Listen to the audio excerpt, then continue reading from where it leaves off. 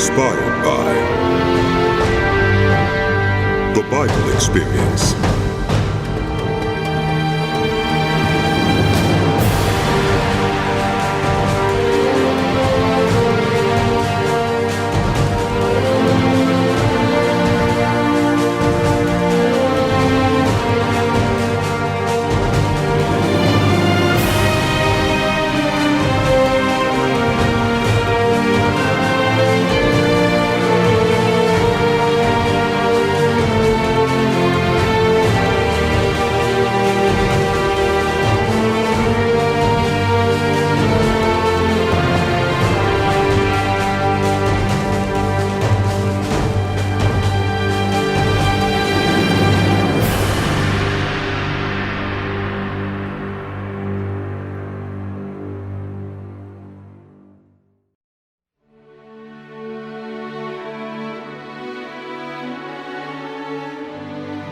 The Book of 1 Kings.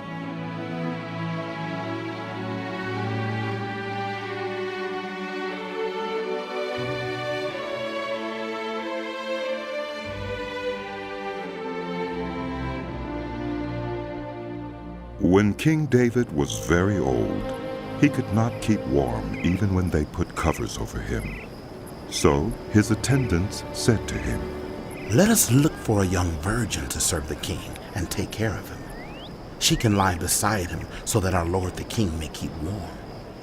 Then they searched throughout Israel for a beautiful girl and found Abishag, a Shunammite, and brought her to the king.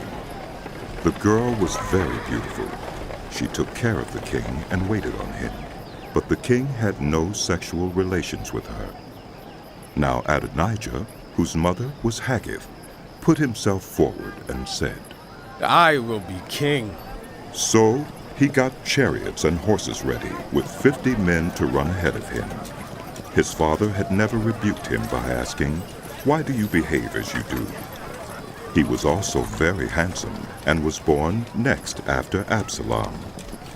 Adonijah conferred with Joab, son of Zeruiah, and with Abiathar the priest, and they gave him their support. But Zadok the priest, Benaiah, son of Jehoiada, Nathan the prophet, Shimei, and Rei, and David's special guard did not join Adonijah. Adonijah then sacrificed sheep, cattle, and fattened calves at the stone of Zoheleth near Enrogel.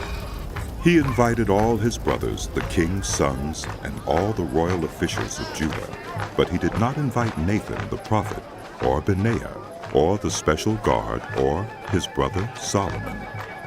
Then Nathan asked Bathsheba, Solomon's mother, "Have you not heard that Adonijah, the son of Haggith, has become king? And our Lord David knows nothing about it? Now then, let me advise you how you can save your own life and the life of your son Solomon.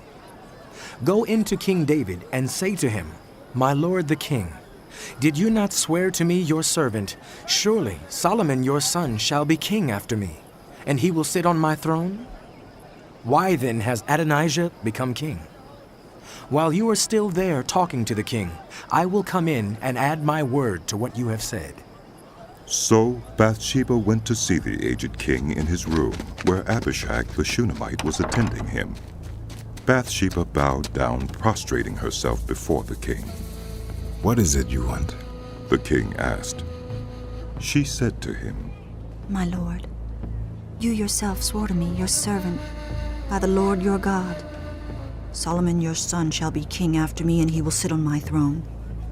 But now Adonijah has become king, and you, my lord the king, do not know about it. He has sacrificed great numbers of cattle, fattened calves, and sheep, and has invited all the king's sons, Abiathar the priest, and Joab the commander of the army, but he has not invited Solomon, your servant? My lord the king, the eyes of all Israel are on you, to learn from you who will sit on the throne of my lord the king after him. Otherwise, as soon as my lord the king is laid to rest with his ancestors, I and my son Solomon will be treated as criminals." While she was still speaking with the king, Nathan the prophet arrived. And the king was told, Nathan the prophet is here.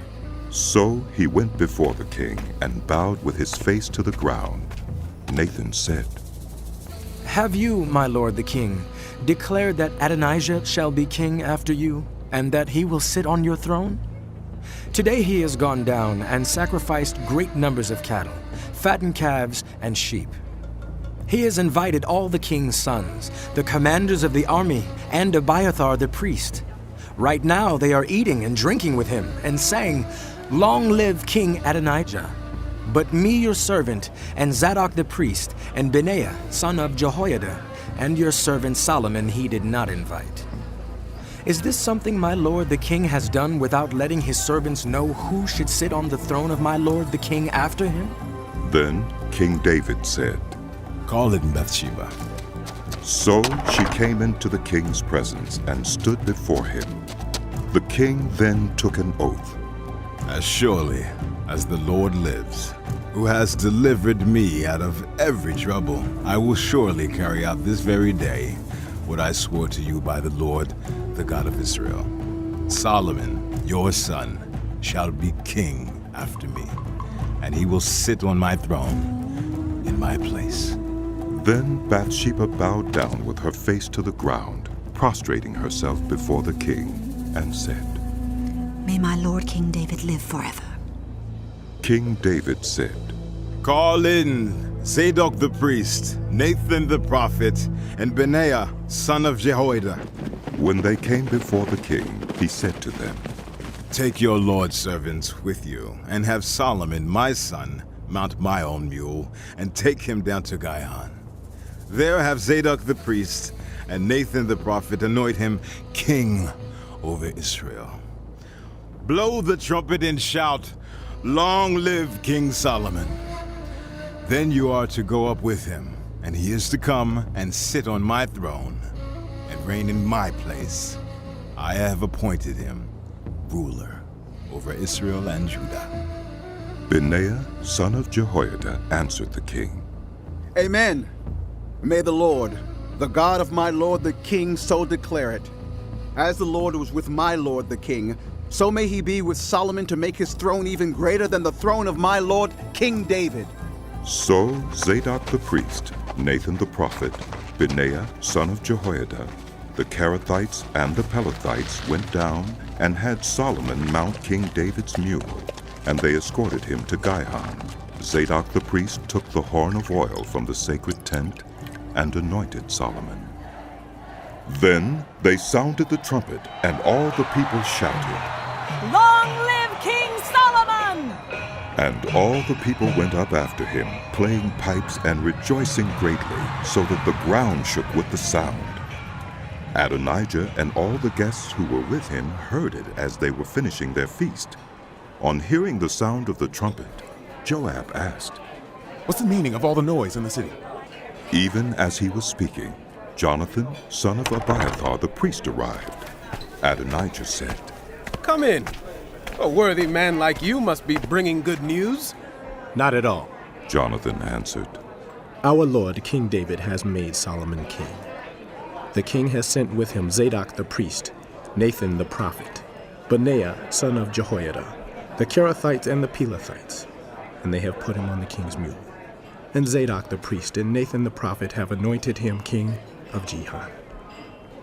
From there they have gone up cheering, and the city resounds with it.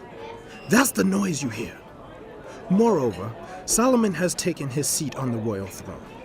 Also, the royal officials have come up to congratulate our Lord King David, saying, May your God make Solomon's name more famous than yours, and his throne greater than yours. And the king bowed in worship on his bed and said, Praise be to the Lord, the God of Israel, who has allowed my eyes to see a successor on my throne today. At this, all Adonijah's guests rose in alarm and dispersed. But Adonijah, in fear of Solomon, went and took hold of the horns of the altar. Then Solomon was told, Adonijah is afraid of King Solomon and is clinging to the horns of the altar. He says, Let King Solomon swear to me today that he will not put his servant to death with the sword. Solomon replied, If he shows himself to be worthy, Not a hair of his head will fall to the ground. But if evil is found in him, he will die. Then King Solomon sent men, and they brought him down from the altar. And Adonijah came and bowed down to King Solomon. And Solomon said, Go to your home. When the time drew near for David to die, he gave a charge to Solomon, his son. I am about to go the way of all the earth, he said. So be strong, act like a man, and observe what the Lord your God requires. Walk in obedience to him, and keep his decrees and commands, his laws and regulations, as written in the law of Moses. Do this so that you may prosper in all you do and wherever you go, and that the Lord may keep his promise to me. If your descendants watch how they live, and if they walk faithfully before me with all their heart and soul, you will never fail to have a successor on the throne of Israel. Now you yourself know what Joab, son of Zeruiah, did to me, what he did to the two commanders of Israel's armies, Abner, son of Ner, and Amasa, son of Jether. He killed them, shedding their blood in peacetime as if in battle, and with that blood he stained the belt around his waist and the sandals on his feet. Deal with him according to your wisdom, but do not let his gray head go down to the grave in peace. But show kindness to the sons of Barzillai of Gilead, and let them be among those who eat at your table. They stood by me when I fled from your brother Absalom. And remember, you have with you Shimei, son of Gera, the Benjamite from Bahurim, who called down bitter curses on me the day I went to Mahanaim. When he came down to meet me at the Jordan, I swore to him by the Lord, I will not put you to death by the sword. But now, do not consider him innocent. You are a man of wisdom. You will know what to do to him. Bring his gray head down to the grave in blood. Then David rested with his ancestors and was buried in the city of David. He had reigned 40 years over Israel, 7 years in Hebron and 33 in Jerusalem. So Solomon sat on the throne of his father David, and his rule was firmly established. Now Adonijah, the son of Haggith, went to Bathsheba, Solomon's mother. Bathsheba asked him, Do you come peacefully? He answered, Yes, peacefully. Then he added, I have something to say to you. You may say it. She replied. As you know, he said, the kingdom was mine. All Israel looked to me as their king. But things changed, and the kingdom has gone to my brother, for it has come to him from the Lord.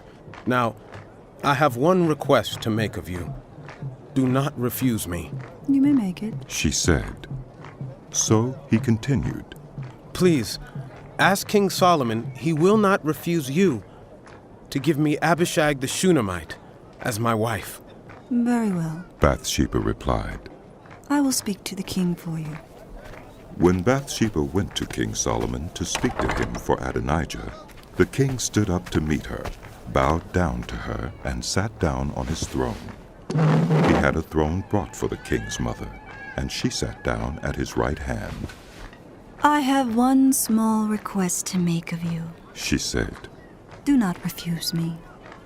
The king replied, Make it, my mother. I will not refuse you. So she said, Let Abishag the Shunammite be given in marriage to your brother Adonijah. King Solomon answered his mother, Why do you request Abishag the Shunammite for Adonijah? You might as well request the kingdom for him. After all, he is my older brother. Yes, for him, and for Abiathar the priest, and Joab son of Zeruiah. Then King Solomon swore by the Lord, May God deal with me, be it ever so severely, if Adonijah does not pay with his life for this request. And now, as surely as the Lord lives, He who has established me securely on the throne of my father David, and has founded a dynasty for me as he promised, Adonijah shall be put to death today.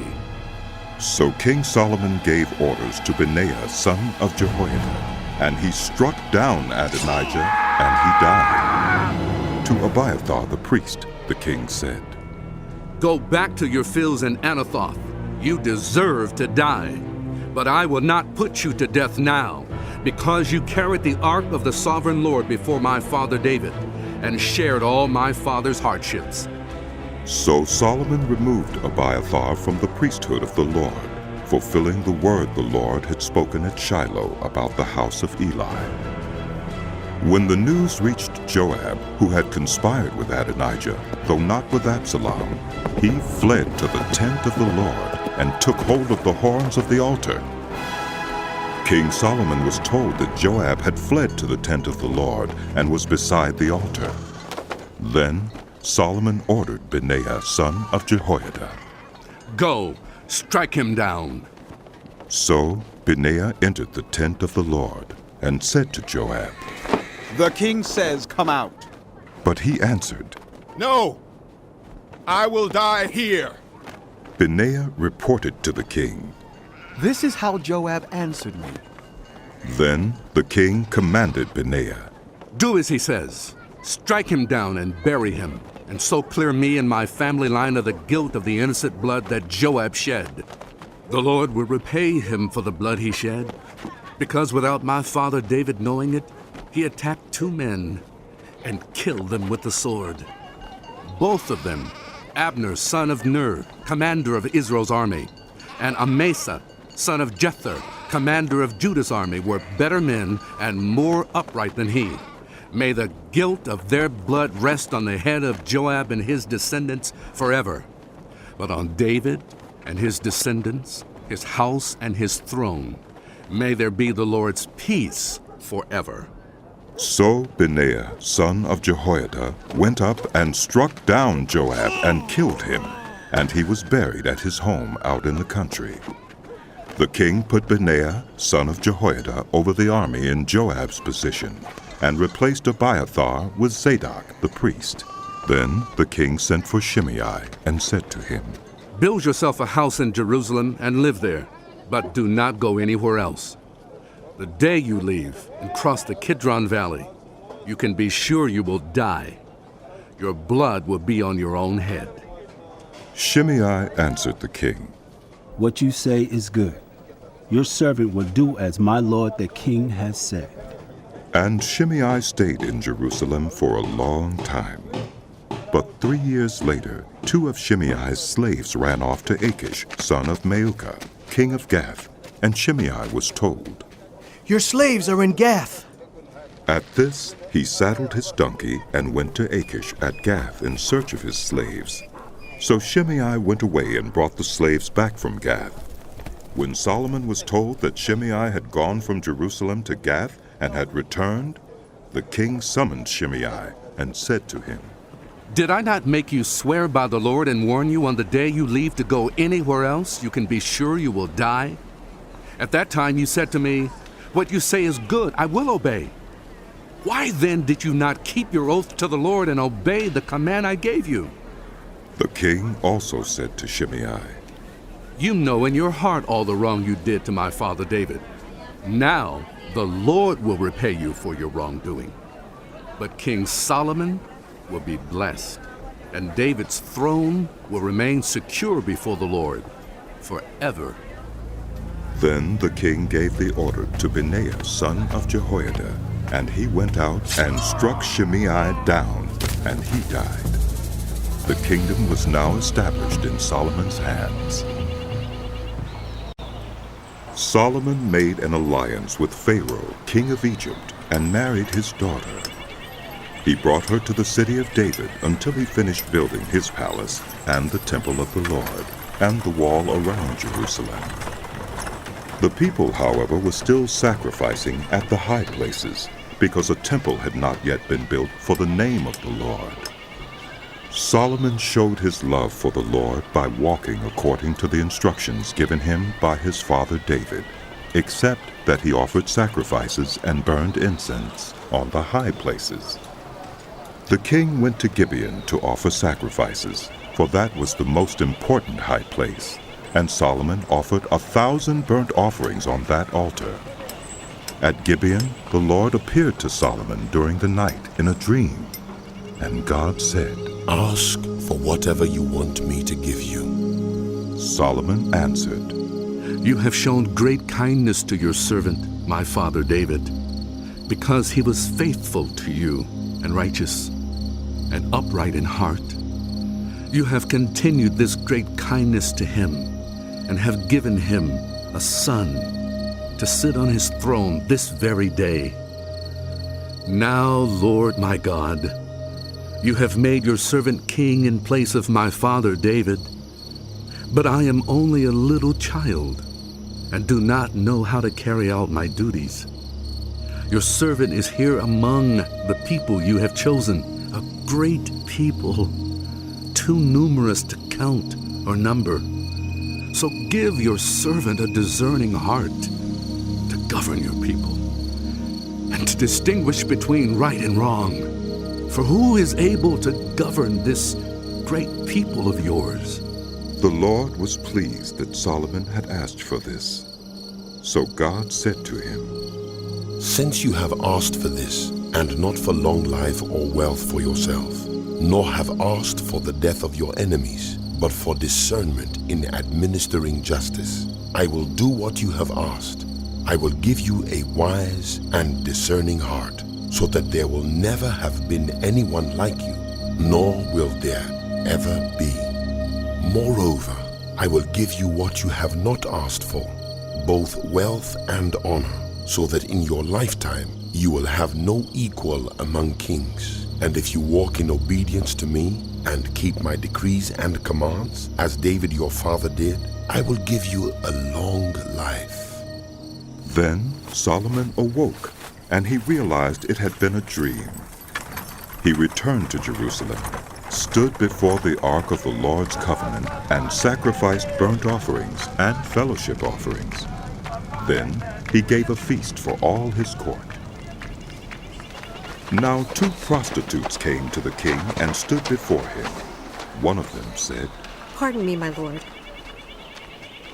This woman and I live in the same house, and I had a baby while she was there with me.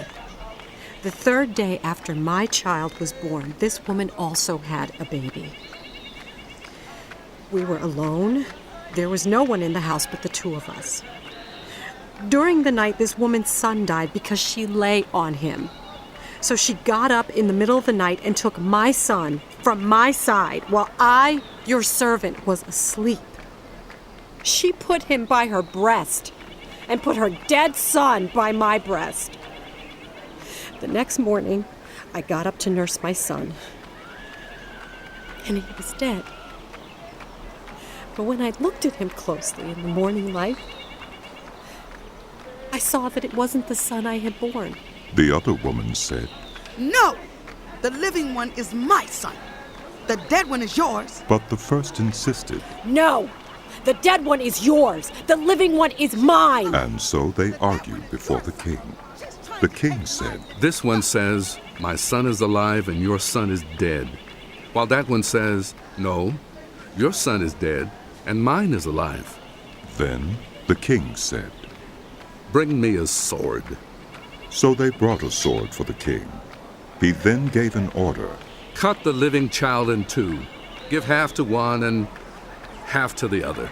The woman whose son was alive was deeply moved out of love for her son and said to the king, "Please, my lord, give her the living baby. Don't kill him." But the other said, "Neither I nor you shall have him. Cut him in 2. Then the king gave his ruling. "Ah, give the living baby to the first woman. Do not kill him. She is his mother." When all Israel heard the verdict the king had given, they held the king in awe, because they saw that he had wisdom from God to administer justice.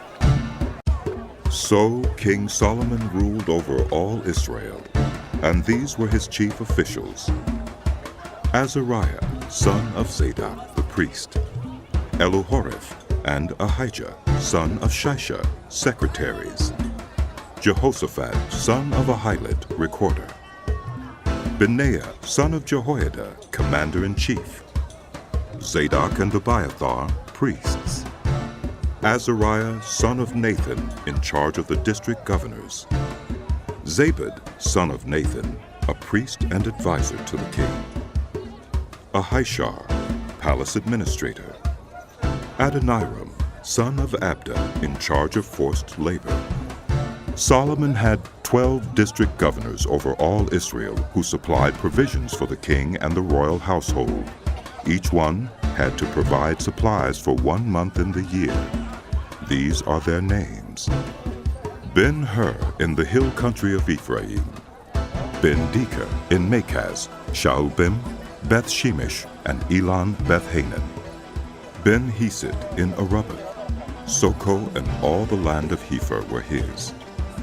Ben-Abinadab in Naphath Dor. He was married to Tapheth, daughter of Solomon.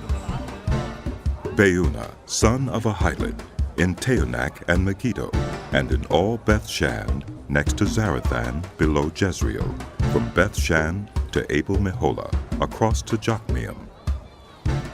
Ben-Geber in Ramoth-Gilead. The settlements of Jair, son of Manasseh, in Gilead were his, as well as the region of Argob in Bashan, and its 60 large walled cities with bronze gate bars. Ahinadab, son of Iddo, in Mehunaim. Ahimaaz in Naphtali. He had married Basemeth, daughter of Solomon. Beunah, son of Hushai, in Asher and in Elath. Jehoshaphat, son of Peruah, in Issachar. Shimei, son of Elah, in Benjamin. Geber, son of Uri, in Gilead, the country of Sihon, king of the Amorites, and the country of Og, king of Bashan. He was the only governor over the district. The people of Judah and Israel were as numerous as the sand on the seashore.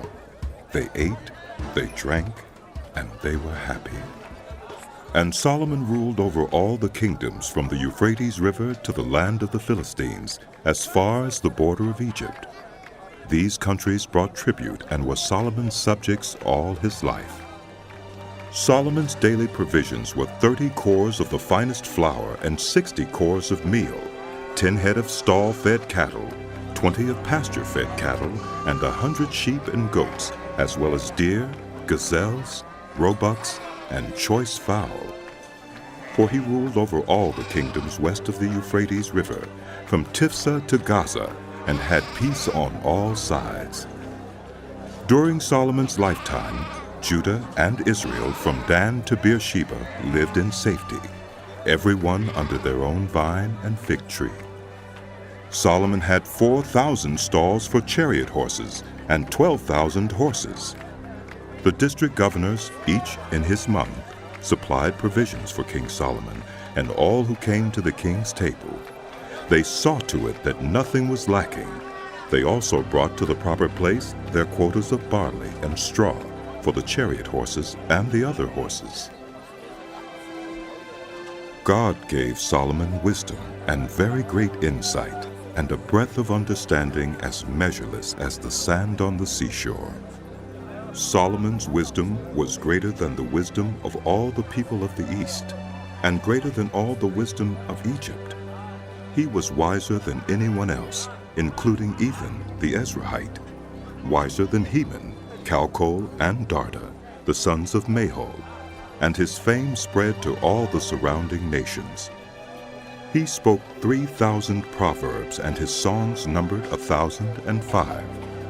He spoke about plant life, from the cedar of Lebanon to the hyssop that grows out of walls. He also spoke about animals and birds, reptiles and fish. From all nations people came to listen to Solomon's wisdom, sent by all the kings of the world who had heard of his wisdom. When Hiram, king of Tyre, heard that Solomon had been anointed king to succeed his father David, he sent his envoys to Solomon because he had always been on friendly terms with David. Solomon sent back this message to Hiram. You know that because of the wars waged against my father David from all sides, he could not build a temple for the name of the Lord his God until the Lord put his enemies under his feet. But now the Lord my God has given me rest on every side, and there is no adversary or disaster. I intend therefore to build a temple for the name of the Lord my God, as the Lord told my father David when he said, "Your son, whom I will put on the throne in your place, will build the temple for my name." So give orders that cedars of Lebanon be cut for me. My men will work with yours, and I will pay you for your men whatever wages you set. You know that we have no one so skilled in felling timber as the Sidonians. When Hiram heard Solomon's message, he was greatly pleased and said, "Praise be to the Lord today, for he has given David a wise son to rule over this great nation." So Hiram sent word to Solomon, "I have received the message you sent me and will do all you want in providing the cedar and juniper logs. My men will haul them down from Lebanon to the Mediterranean Sea, and I will float them as rafts by the sea to the place you specify. There I will separate them and you can take them away.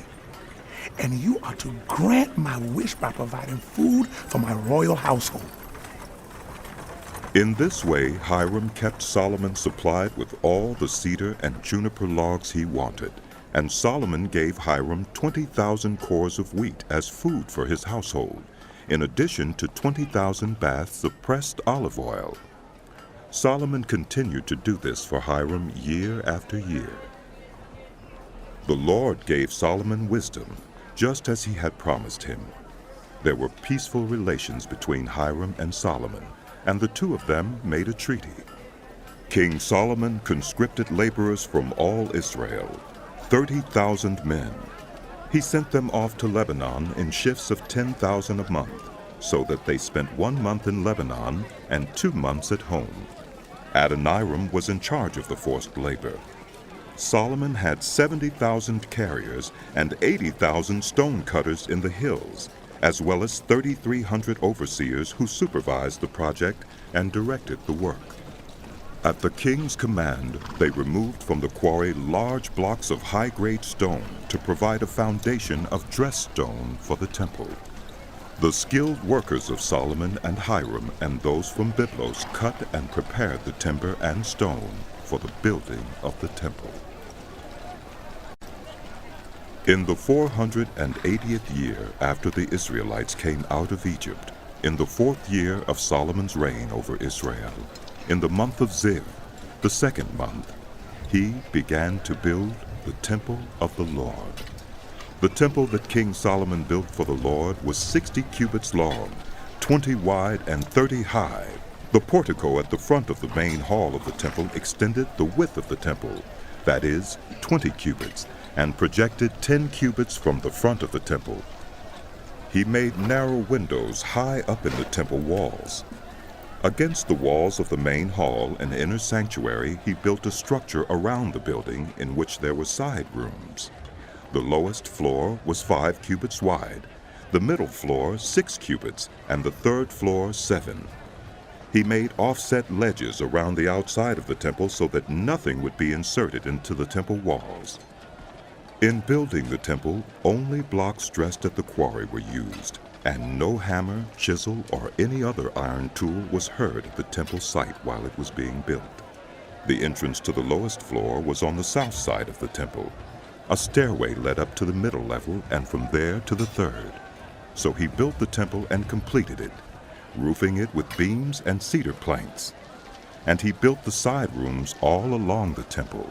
The height of each was 5 cubits, and they were attached to the temple by beams of cedar. The word of the Lord came to Solomon. As for this temple you are building, if you follow my decrees, observe my laws, and keep all my commands and obey them, I will fulfill through you the promise I gave to David your father, and I will live among the Israelites and will not abandon my people Israel. So Solomon built the temple and completed it. He lined its interior walls with cedar boards, paneling them from the floor of the temple to the ceiling, and covered the floor of the temple with planks of juniper.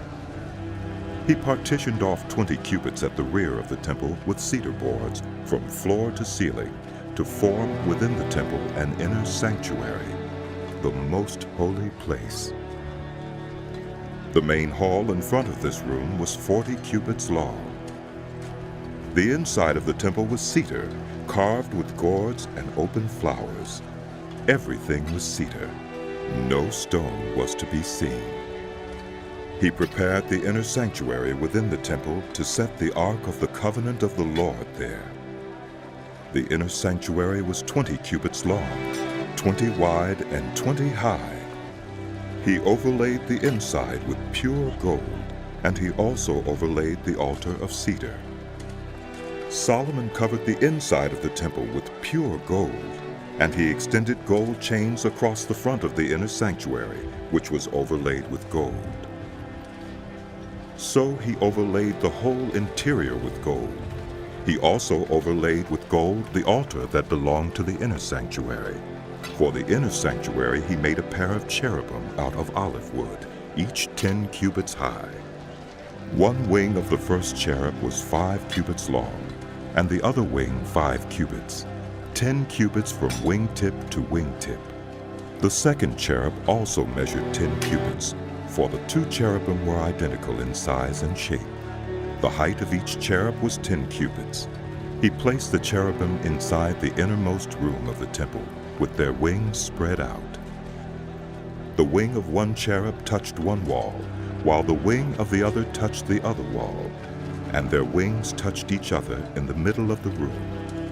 He overlaid the cherubim with gold. On the walls all around the temple, in both the inner and outer rooms, he carved cherubim, palm trees, and open flowers. He also covered the floors of both the inner and outer rooms of the temple with gold. For the entrance to the inner sanctuary, he made doors out of olive wood that were 1/5 of the width of the sanctuary, and on the 2 olive wood doors he carved cherubim, palm trees, and open flowers, and overlaid the cherubim and palm trees with hammered gold. In the same way, for the entrance to the main hall, he made door frames out of olive wood that were 1/4 of the width of the hall. He also made 2 doors out of juniper wood, each having 2 leaves that turned in sockets. He carved cherubim, palm trees, and open flowers on them, and overlaid them with gold hammered evenly over the carvings. And he built the inner courtyard of 3 courses of dressed stone, and 1 course of trimmed cedar beams. The foundation of the temple of the Lord was laid in the 4th year, in the month of Ziv. In the 11th year, in the month of Bul, the 8th month, the temple was finished in all its details according to its specifications. He had spent 7 years building it. It took Solomon 13 years, however, to complete the construction of his palace. He built the palace of the forest of Lebanon, 100 cubits long, 50 wide, and 30 high, with 4 rows of cedar columns supporting trimmed cedar beams. It was roofed with cedar above the beams that rested on the columns, 45 beams, 15 to a row. Its windows were placed high in sets of 3, facing each other. All the doorways had rectangular frames. They were in the front part in sets of 3, facing each other. He made a colonnade 50 cubits long and 30 wide. In front of it was a portico, and in front of that were pillars and an overhanging roof. He built the throne hall, the hall of justice where he was to judge, and he covered it with cedar from floor to ceiling, and the palace in which he was to live, set farther back, was similar in design. Solomon also made a palace like this hall for Pharaoh's daughter, whom he had married.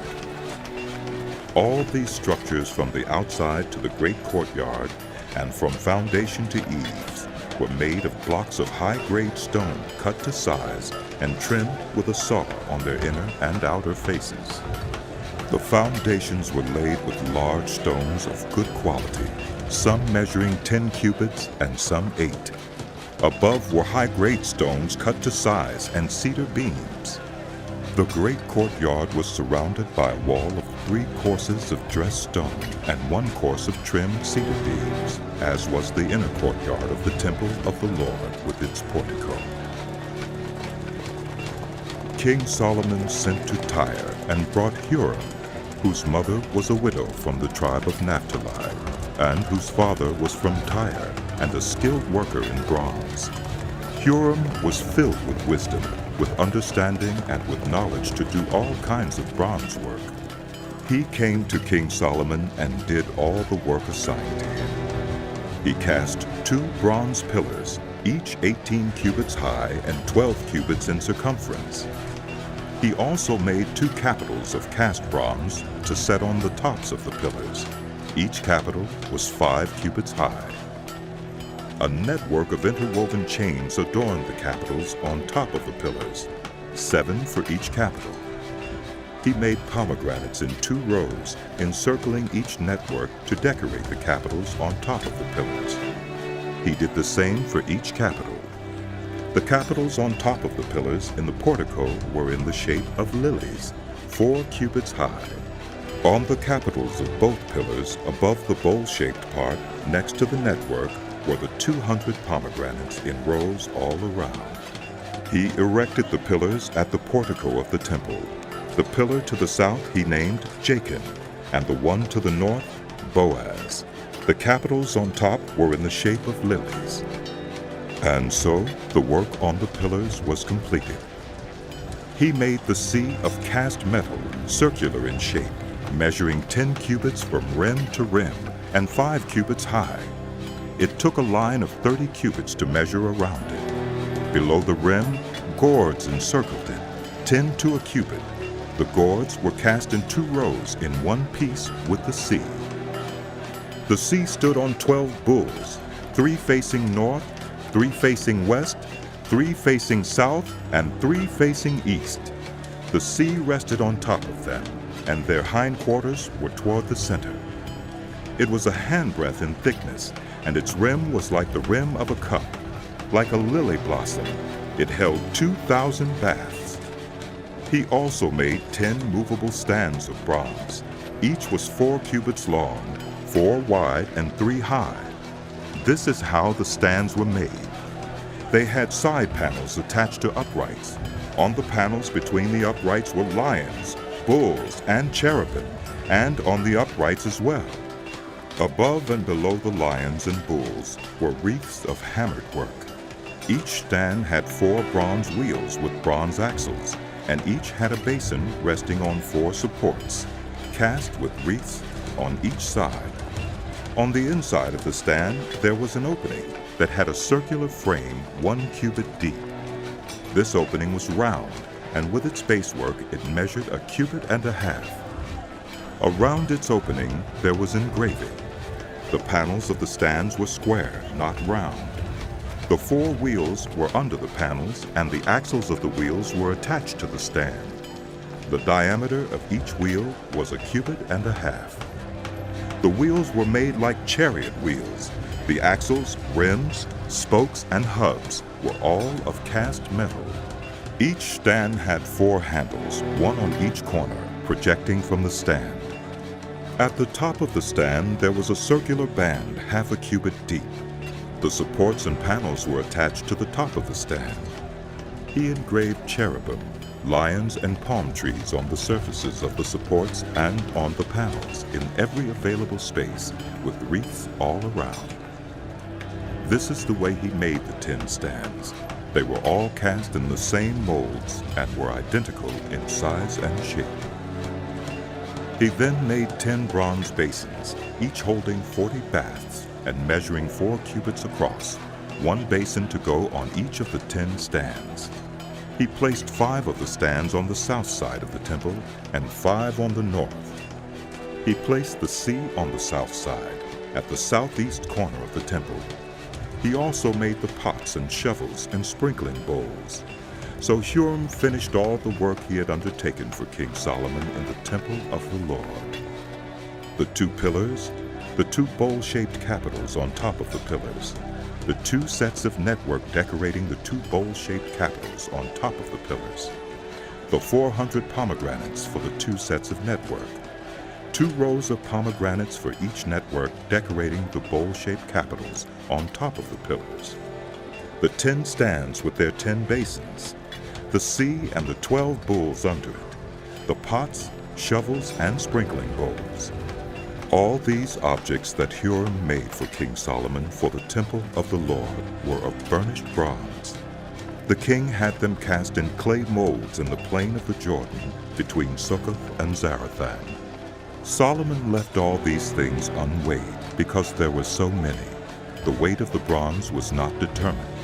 Solomon also made all the furnishings that were in the Lord's temple: the golden altar, the golden table on which was the bread of the presence, the lampstands of pure gold, 5 on the right and 5 on the left in front of the inner sanctuary, the gold floral work and lamps and tongs, the pure gold basins, wick trimmers, sprinkling bowls, dishes and censers, and the gold sockets for the doors of the innermost room, the most holy place, and also for the doors of the main hall of the temple.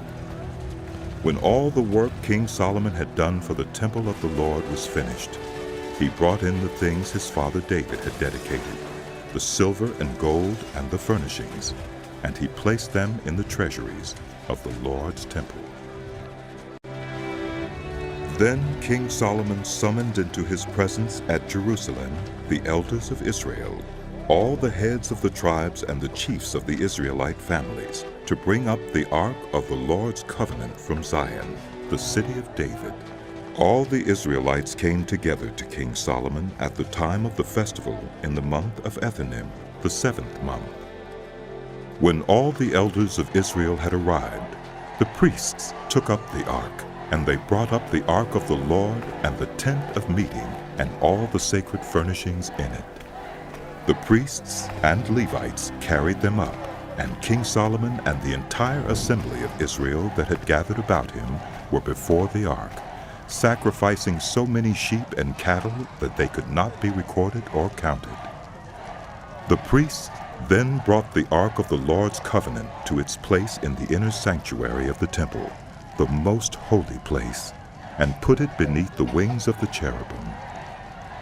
The cherubim spread their wings over the place of the ark and overshadowed the ark and its carrying poles. These poles were so long that their ends could be seen from the holy place in front of the inner sanctuary, but not from outside the holy place, and they are still there today. There was nothing in the ark except the 2 stone tablets that Moses had placed in it at Horeb, where the Lord made a covenant with the Israelites after they came out of Egypt. When the priests withdrew from the holy place, the cloud filled the temple of the Lord, and the priests could not perform their service because of the cloud, for the glory of the Lord filled his temple. Then Solomon said, "The Lord has said that he would dwell in a dark cloud. I have indeed built a magnificent temple for you, a place for you to dwell forever." While the whole assembly of Israel was standing there, the king turned around and blessed them. Then he said, "Praise be to the Lord, the God of Israel, who with his own hand has fulfilled what he promised with his own mouth to my father David. For he said, 'Since the day I brought my people Israel out of Egypt, I have not chosen a city in any tribe of Israel to have a temple built, that my name might be there. But I have chosen David to rule my people Israel.' My father David had it in his heart to build a temple for the name of the Lord, the God of Israel. But the Lord said to my father David, 'You did well to have it in your heart to build a temple for my name. Nevertheless, you are not the one to build the temple, but your son, who is your own flesh and blood.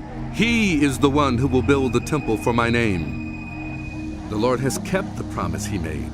I have succeeded David my father, and now I sit on the throne of Israel, just as the Lord promised. And I have built the temple for the name of the Lord, the God of Israel. I have provided a place there for the ark, in which is the covenant of the Lord that he made with our ancestors when he brought them out of Egypt. Then Solomon stood before the altar of the Lord in front of the whole assembly of Israel, spread out his hands toward heaven, and said, Lord, the God of Israel, there is no God like you in heaven above or on earth below. You who keep your covenant of love with your servants, who continue wholeheartedly in your way. You have kept your promise to your servant David my father. With your mouth you have promised, and with your hand you have fulfilled it, as it is today. Now, Lord, the God of Israel, keep for your servant David my father the promises you made to him when you said, You shall never fail to have a successor to sit before me on the throne of Israel. If only your descendants are careful in all they do to walk before me faithfully, as you have done. And now, God of Israel, let your word that you promised your servant David my father come true. But will God really dwell on earth? The heavens, even the highest heaven, cannot contain you. How much less this temple I have built? Yet give attention to your servant's prayer and his plea for mercy, Lord my God. Hear the cry and the prayer that your servant is praying in your presence this day. May your eyes be open toward this temple night and day, this place of which you said, My name shall be there, so that you will hear the prayer your servant prays toward this place. Hear the supplication of your servant and of your people Israel when they pray toward this place. Hear from heaven, your dwelling place, and when you hear, forgive. When anyone wrongs their neighbor and is required to take an oath, and they come and swear the oath before your altar in this temple, then hear from heaven and act. Judge between your servants, condemning the guilty by bringing down on their heads what they have done, and vindicating the innocent by treating them in accordance with their innocence. When your people Israel have been defeated by an enemy because they have sinned against you, and when they turn back to you and give praise to your name, praying and making supplication to you in this temple, then hear from heaven and forgive the sin of your people Israel, and bring them back to the land you gave to their ancestors. When the heavens are shut up and there is no rain because your people have sinned against you, and when they pray toward this place and give praise to your name and turn from their sin because you have afflicted them, then hear from heaven and forgive the sin of your servants, your people Israel. Teach them the right way to live, and send rain on the land you gave your people for an inheritance. When famine or plague comes to the land, or blight or mildew, locusts or grasshoppers, or when an enemy besieges them in any of their cities, whatever disaster or disease may come, and when a prayer or plea is made by anyone among your people Israel, being aware of the afflictions of their own hearts and spreading out their hands toward this temple, then hear from heaven, your dwelling place. Forgive and act. Deal with everyone according to all they do, since you know their hearts, for you alone know every human heart, so that they will fear you all the time they live in the land you gave our ancestors. As for the foreigners who do not belong to your people Israel, but have come from a distant land because of your name, for they will hear of your great name, and your mighty hand, and your outstretched arm. When they come and pray toward this temple, then hear from heaven your dwelling place. Do whatever the foreigners ask of you, so that all the peoples of the earth may know your name and fear you, as do your own people Israel, and may know that this house I have built bears your name. When your people go to war against their enemies, wherever you send them, and when they pray to the Lord toward the city you have chosen and the temple I have built for your name, then hear from heaven their prayer and their plea, and uphold their cause. When they sin against you, for there is no one who does not sin, and you become angry with them and give them over to their enemies, who take them captive to their own lands, far away or near, and if they have a change of heart in the land where they are held captive, and repent, and plead with you in the land of their captors, and say, "We have sinned, we have done wrong, we have acted wickedly," and if they turn back to you with all their heart and soul in the land of their enemies who took them captive, and pray to you toward the land you gave their ancestors, toward the city you have chosen and the temple I have built for your name, then from heaven, your dwelling place, hear their prayer and their plea, and uphold their cause, and forgive your people who have sinned against you. Forgive all the offenses they have committed against you, and cause their captors to show them mercy. For they are your people and your inheritance, whom you brought out of Egypt, out of that iron smelting furnace. May your eyes be open to your servant's plea, and to the plea of your people Israel, and may you listen to them whenever they cry out to you. For you singled them out from all the nations of the world to be your own inheritance, just as you declared through your servant Moses when you, sovereign Lord, brought our ancestors out of Egypt. When Solomon had finished all these prayers and supplications to the Lord, he rose from before the altar of the Lord, where he had been kneeling with his hands spread out toward heaven. He stood and blessed the whole assembly of Israel in a loud voice, saying, Praise be to the Lord, who has given rest to his people Israel, just as he promised. Not one word has failed of all the good promises he gave through his servant Moses.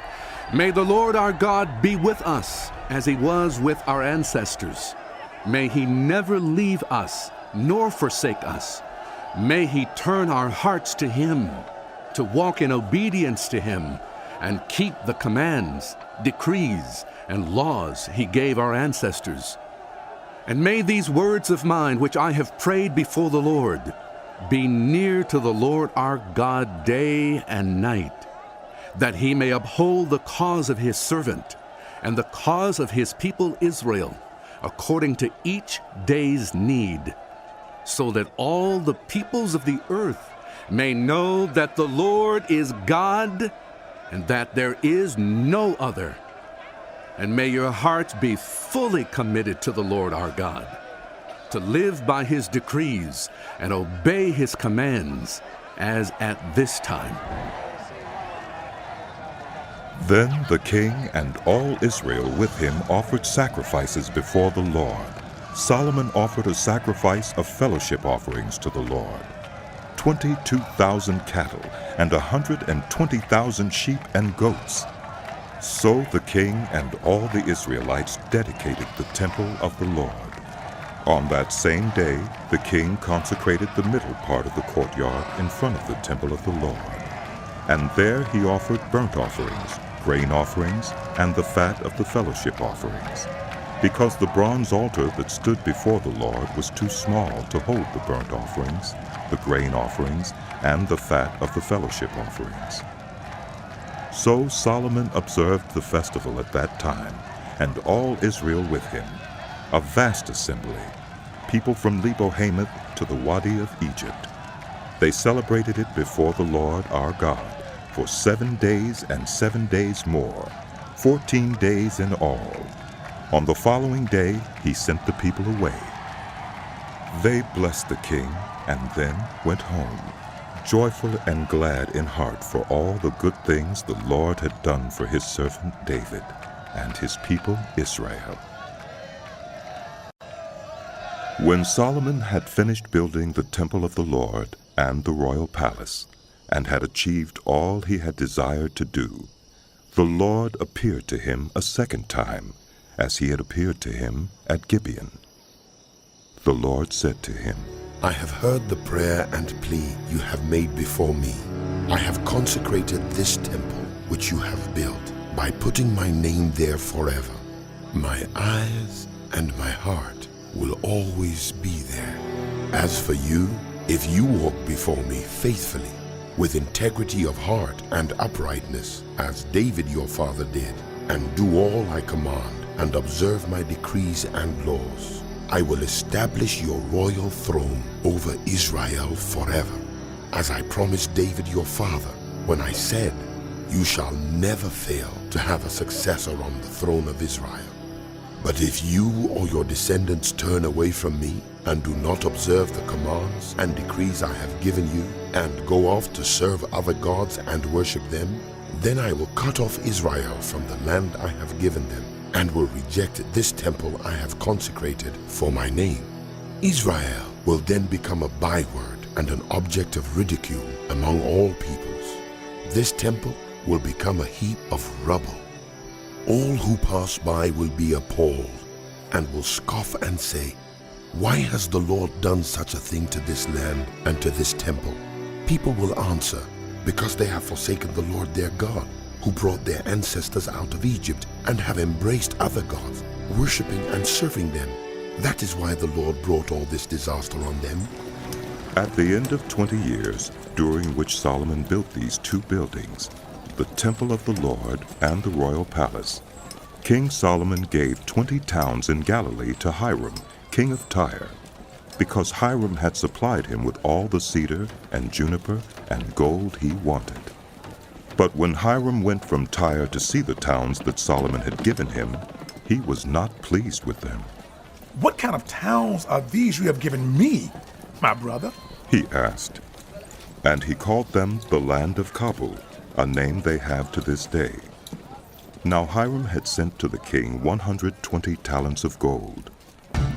Here is the account of the forced labor King Solomon conscripted to build the Lord's temple, his own palace, the terraces, the wall of Jerusalem, and Hazor, Megiddo, and Gezer. Pharaoh, king of Egypt, had attacked and captured Gezer. He had set it on fire. He killed its Canaanite inhabitants and then gave it as a wedding gift to his daughter, Solomon's wife. And Solomon rebuilt Gezer. He built up Lower Beth-horon, Baalah, and Tadmor in the desert within his land, as well as all his store cities and the towns for his chariots and for his horses, whatever he desired to build in Jerusalem, in Lebanon, and throughout all the territory he ruled. There were still people left from the Amorites, Hittites, Perizzites, Hivites, and Jebusites. These people were not Israelites. Solomon conscripted the descendants of all these people remaining in the land, whom the Israelites could not exterminate, to serve as slave labor, as it is to this day. But Solomon did not make slaves of any of the Israelites. They were his fighting men, his government officials, his officers, his captains, and the commanders of his chariots and charioteers. They were also the chief officials in charge of Solomon's projects, 550 officials supervising those who did the work. After Pharaoh's daughter had come up from the city of David to the palace Solomon had built for her, he constructed the terraces.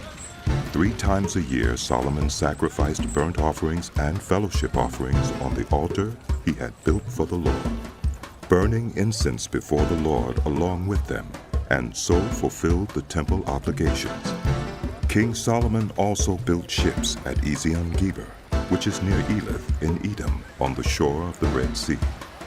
And Hiram sent his servants, sailors who knew the sea, to serve in the fleet with Solomon's servants. They sailed to Ophir and brought back 420 talents of gold, which they delivered to King Solomon. When the Queen of Sheba heard about the fame of Solomon and his relationship to the Lord, she came to test Solomon with hard questions. arriving at Jerusalem with a very great caravan, with camels carrying spices, large quantities of gold, and precious stones. She came to Solomon and talked with him about all that she had on her mind. Solomon answered all her questions. Nothing was too hard for the king to explain to her. When the Queen of Sheba saw all the wisdom of Solomon and the palace he had built, the food on his table, the seating of his officials, the attending servants in their robes, his cupbearers, and the burnt offerings he made at the temple of the Lord, she was overwhelmed. She said to the king, "The report I heard in my own country about your achievements and your wisdom is true. But I did not believe these things until I came and saw with my own eyes. Indeed, not even half was told me. In wisdom and wealth you have far exceeded the report I heard. How happy your people must be! How happy your officials who continually stand before you and hear your wisdom! Praise be to the Lord your God, who has delighted in you and placed you on the throne of Israel. Because of the Lord's eternal love for Israel, he has made you king to maintain justice and righteousness." And she gave the king 120 talents of gold, large quantities of spices and precious stones. Never again were so many spices brought in as those the Queen of Sheba gave to King Solomon. Hiram's ships brought gold from Ophir, and from there they brought great cargoes of almug wood and precious stones. The king used the almug wood to make supports for the temple of the Lord and for the royal palace, and to make harps and lyres for the musicians. So much almug wood has never been imported or seen since that day. King Solomon gave the Queen of Sheba all she desired and asked for, besides what he had given her out of his royal bounty. Then she left and returned with her retinue to her own country. The weight of the gold that Solomon received yearly was 666 talents, not including the revenues from merchants and traders and from all the Arabian kings and the governors of the territories.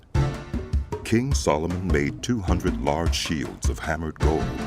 600 shekels of gold went into each shield. He also made 300 small shields of hammered gold, with 3 minas of gold in each shield. The king put them in the palace of the forest of Lebanon. Then the king made a great throne, inlaid with ivory and overlaid with fine gold.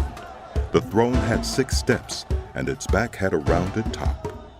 On both sides of the seat were armrests, with a lion standing beside each of them. 12 lions stood on the 6 steps, one at either end of each step. Nothing like it had ever been made for any other kingdom. All King Solomon's goblets were gold, and all the household articles in the palace of the forest of Lebanon were pure gold. Nothing was made of silver, because silver was considered of little value in Solomon's days. The king had a fleet of trading ships at sea along with the ships of Hiram. Once every 3 years it returned, carrying gold, silver and ivory, and apes and baboons. King Solomon was greater in riches and wisdom than all the other kings of the earth. The whole world sought audience with Solomon to hear the wisdom God had put in his heart. Year after year, everyone who came brought a gift, articles of silver and gold, robes, weapons and spices, and horses and mules. Solomon accumulated chariots and horses. He had 1,400 chariots and 12,000 horses, which he kept in the chariot cities, and also with him in Jerusalem. The king made silver as common in Jerusalem as stones, and cedar as plentiful as sycamore fig trees in the foothills. Solomon's horses were imported from Egypt and from Kiwi. The royal merchants purchased them from Kiwi at the current price. They imported a chariot from Egypt for 600 shekels of silver, and a horse for 150. They also exported them to all the kings of the Hittites and of the Arameans. King Solomon, however, loved many foreign women besides Pharaoh's daughter: Moabites, Ammonites, Edomites, Sidonians, and Hittites. They were from nations about which the Lord had told the Israelites. You must not intermarry with them, because they will surely turn your hearts after their gods. Nevertheless, Solomon held fast to them in love. He had 700 wives of royal birth and 300 concubines, and his wives led him astray. As Solomon grew old, his wives turned his heart after other gods, and his heart was not fully devoted to the Lord his God, as the heart of David his father had been. He followed Ashtoreth, the goddess of the Sidonians, and Molech, the detestable god of the Ammonites. So Solomon did evil in the eyes of the Lord. He did not follow the Lord completely, as David his father had done. On a hill east of Jerusalem, Solomon built a high place for Chemosh, the detestable god of Moab, and for Molech, the detestable god of the Ammonites. He did the same for all his foreign wives, who burned incense and offered sacrifices to their gods. The Lord became angry with Solomon, because his heart had turned away from the Lord, the God of Israel, who had appeared to him twice. Although he had forbidden Solomon to follow other gods, Solomon did not keep the Lord's command. So the Lord said to Solomon, Since this is your attitude, and you have not kept my covenant and my decrees, which I commanded you, I will most certainly tear the kingdom away from you and give it to one of your subordinates. Nevertheless, for the sake of David your father, I will not do it during your lifetime. I will tear it out of the hand of your son. Yet I will not tear the whole kingdom from him, but will give him one tribe for the sake of David my servant, and for the sake of Jerusalem, which I have chosen. Then the Lord raised up against Solomon an adversary, Hadad the Edomite, from the royal line of Edom. Earlier, when David was fighting with Edom, Joab, the commander of the army, who had gone up to bury the dead, had struck down all the men in Edom. Joab and all the Israelites stayed there for 6 months, until they had destroyed all the men in Edom. But Hadad, still only a boy, fled to Egypt with some Edomite officials who had served his father. They set out from Midian and went to Paran. Then, taking people from Paran with them, they went to Egypt, to Pharaoh, king of Egypt, who gave Hadad a house and land and provided him with food. Pharaoh was so pleased with Hadad that he gave him a sister of his own wife, Queen Taphanes, in marriage. The sister of Taphanes bore him a son named Genubith, whom Taphanes brought up in the royal palace. There Genubith lived with Pharaoh's own children. While he was in Egypt, Hadad heard that David rested with his ancestors, and that Joab, the commander of the army, was also dead. Then Hadad said to Pharaoh, Let me go, that I may return to my own country. What have you lacked here that you want to go back to your own country? Pharaoh asked. Nothing, Hadad replied, but do let me go. And God raised up against Solomon another adversary, Rezon, son of Eliada, who had fled from his master Hadadezer, king of Zobah. When David destroyed Zobah's army, Rezon gathered a band of men around him and became their leader. They went to Damascus, where they settled and took control. Rezon was Israel's adversary as long as Solomon lived, adding to the trouble caused by Hadad. So Rezon ruled in Aram and was hostile toward Israel. Also, Jeroboam, son of Nebat, rebelled against the king. He was one of Solomon's officials, an Ephraimite from Zeradah, and his mother was a widow named Zeruiah. Here is the account of how he rebelled against the king. Solomon had built the terraces and had filled in the gap in the wall of the city of David, his father. Now Jeroboam was a man of standing, and when Solomon saw how well the young man did his work, he put him in charge of the whole labor force of the house of Joseph. About that time, Jeroboam was going out of Jerusalem, and Ahijah, the prophet of Shiloh, met him on the way, wearing a new cloak. The two of them were alone out in the country, and Ahijah took hold of the new cloak he was wearing and tore it into 12 pieces. Then he said to Jeroboam, "Take 10 pieces for yourself. For this is what the Lord, the God of Israel, says. See, I'm going to tear the kingdom out of Solomon's hand and give you 10 tribes. But for the sake of my servant David and the city of Jerusalem, which I have chosen out of all the tribes of Israel, he will have 1 tribe. I will do this because they have forsaken me and worshipped Ashtoreth, the goddess of the Sidonians, Chemosh, the god of the Moabites, and Molech, the god of the Ammonites, and have not walked in obedience to me, nor done what is right in my eyes, nor kept my decrees and laws, as David, Solomon's father, did. But I will not take the whole kingdom out of Solomon's hand. I have made him ruler all the days of his life for the sake of David, my servant, whom I chose and who obeyed my commands and decrees. I will take the kingdom from his son's hands and give you 10 tribes. I will give 1 tribe to his son, so that David, my servant, may always have a lamp before me in Jerusalem, the city where I chose to put my name. However, as for you, I will take you, and you will rule over all that your heart desires. You will be king over Israel. If you do whatever I command you and walk in obedience to me and do what is right in my eyes by obeying my decrees and commands, as David my servant did, I will be with you. I will build you a dynasty as enduring as the one I built for David, and will give Israel to you.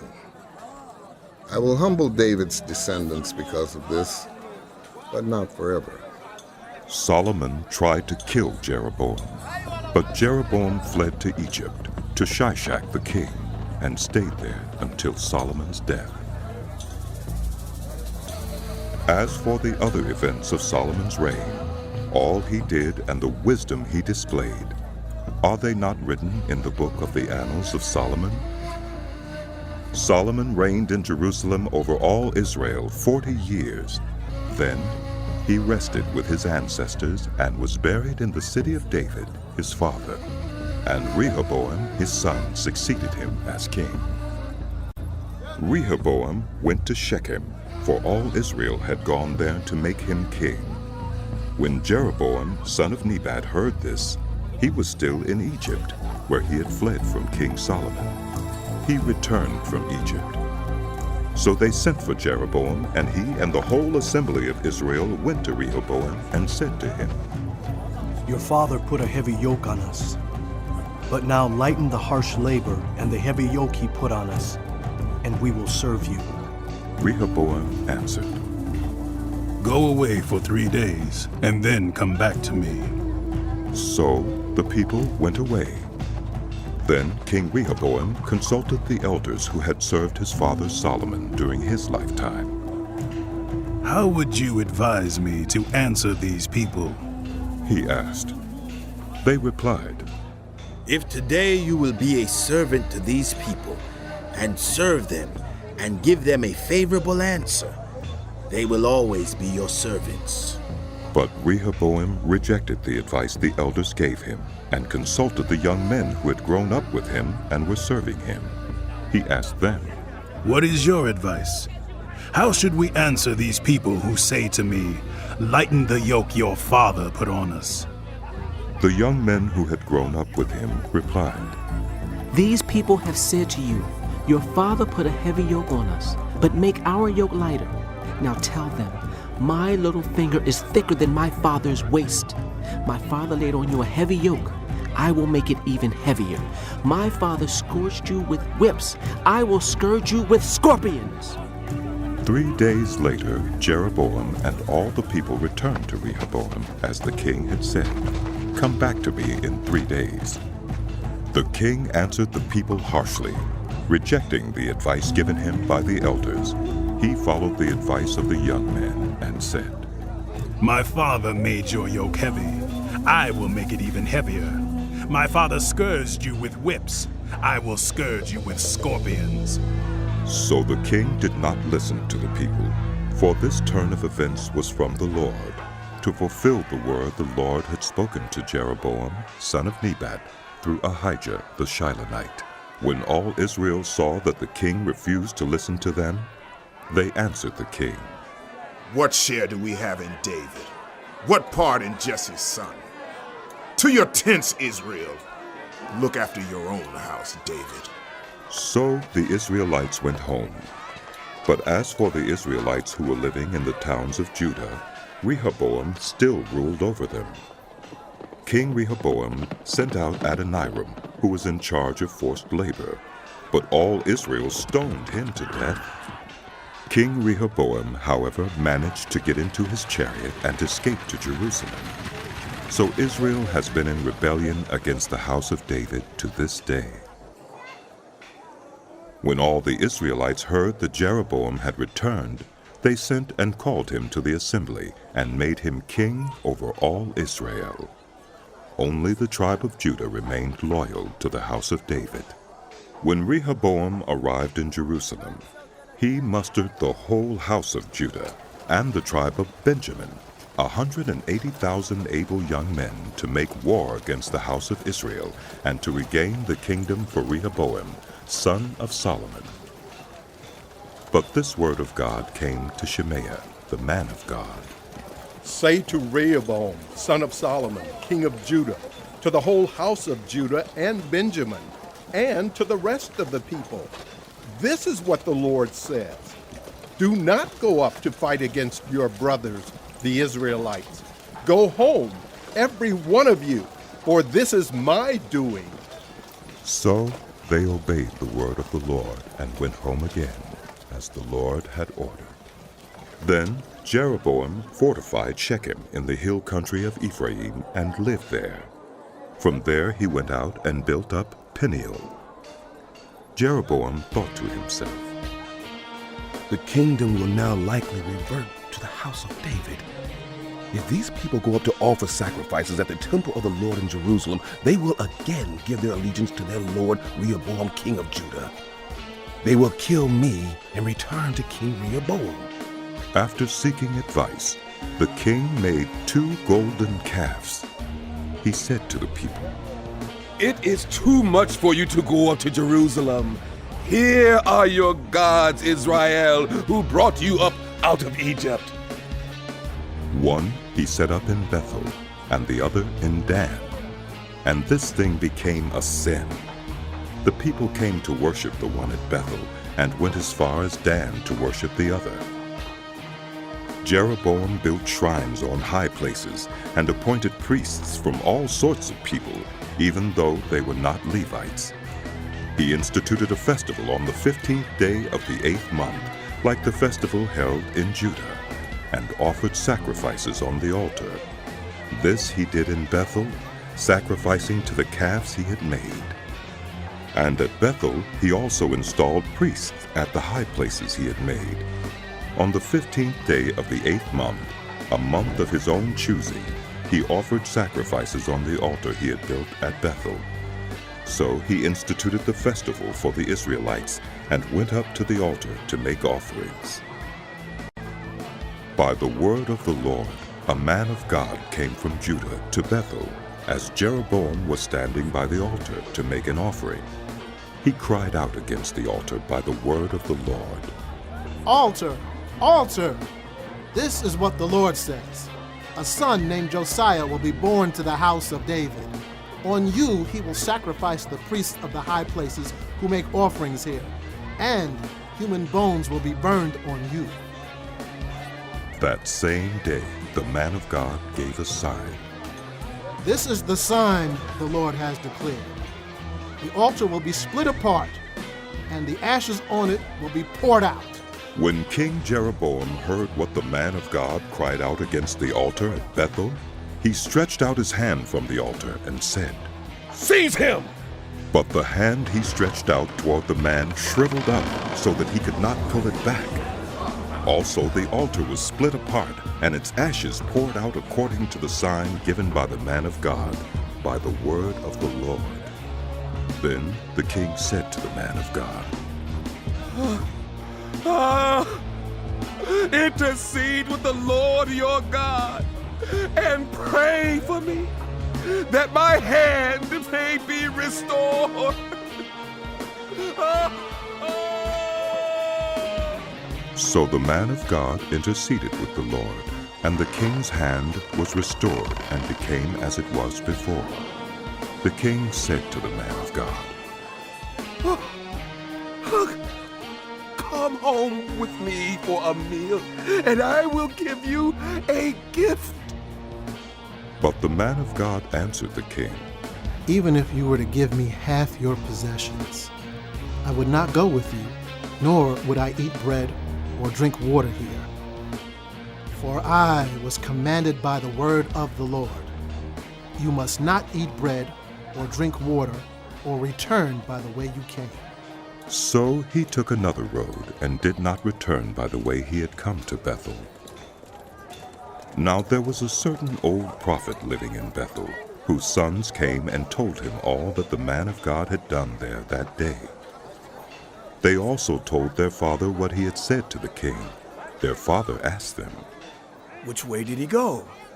And his sons showed him which road the man of God from Judah had taken. So he said to his sons, Saddle the donkey for me. And when they had saddled the donkey for him, he mounted it and rode after the man of God. He found him sitting under an oak tree and asked, Are you the man of God who came from Judah? I am, he replied. So the prophet said to him, Come home with me and eat. The man of God said, I cannot turn back and go with you, nor can I eat bread or drink water with you in this place.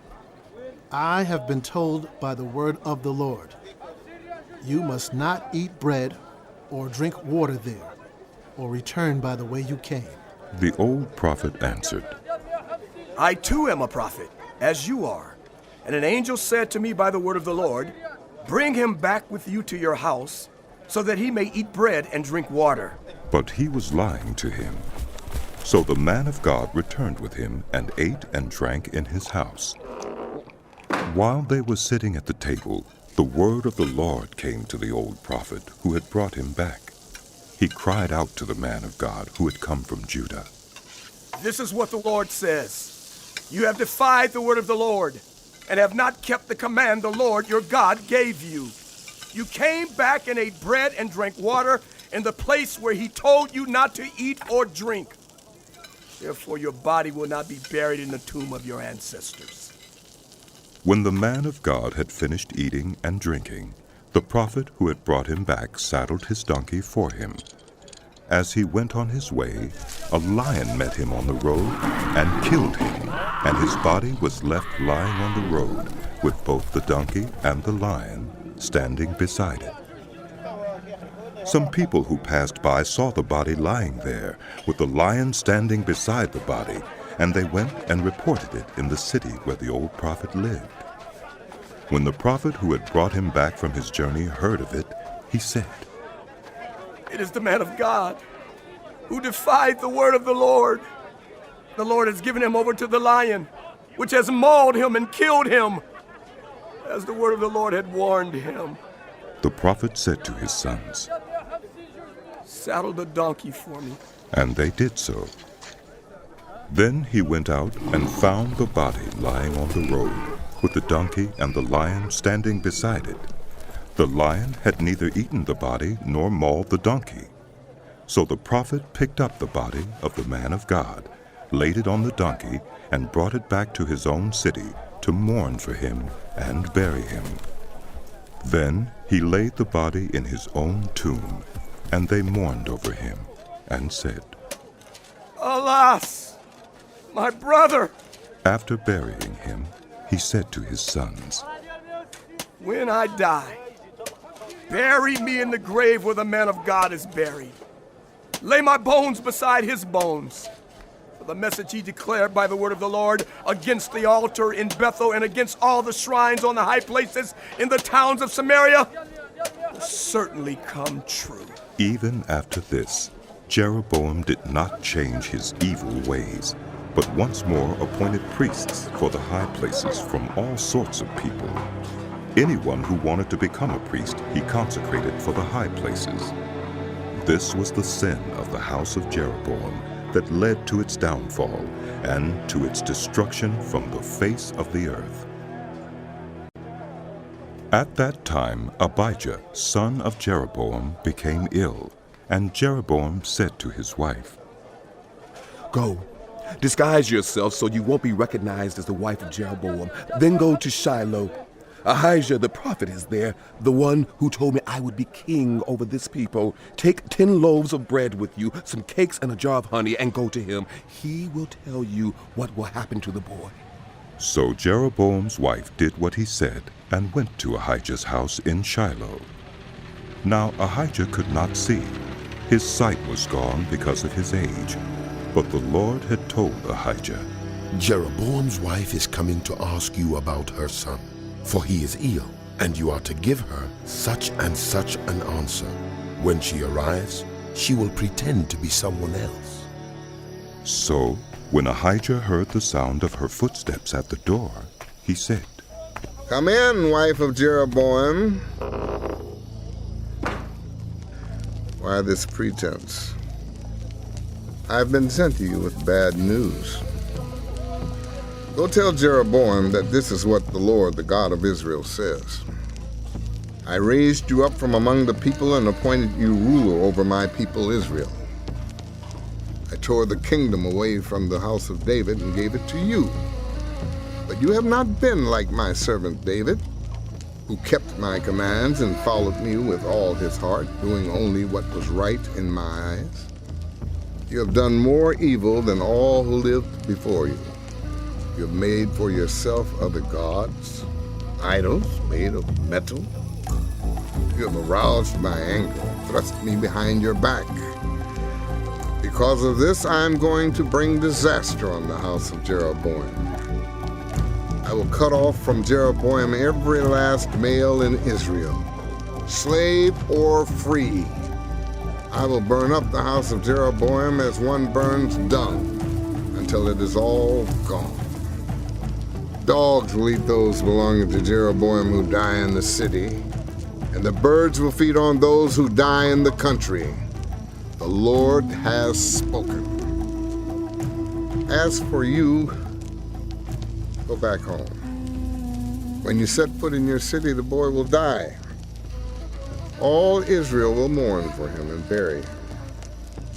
He is the only one belonging to Jeroboam who will be buried, because he is the only one in the house of Jeroboam in whom the Lord, the God of Israel, has found anything good.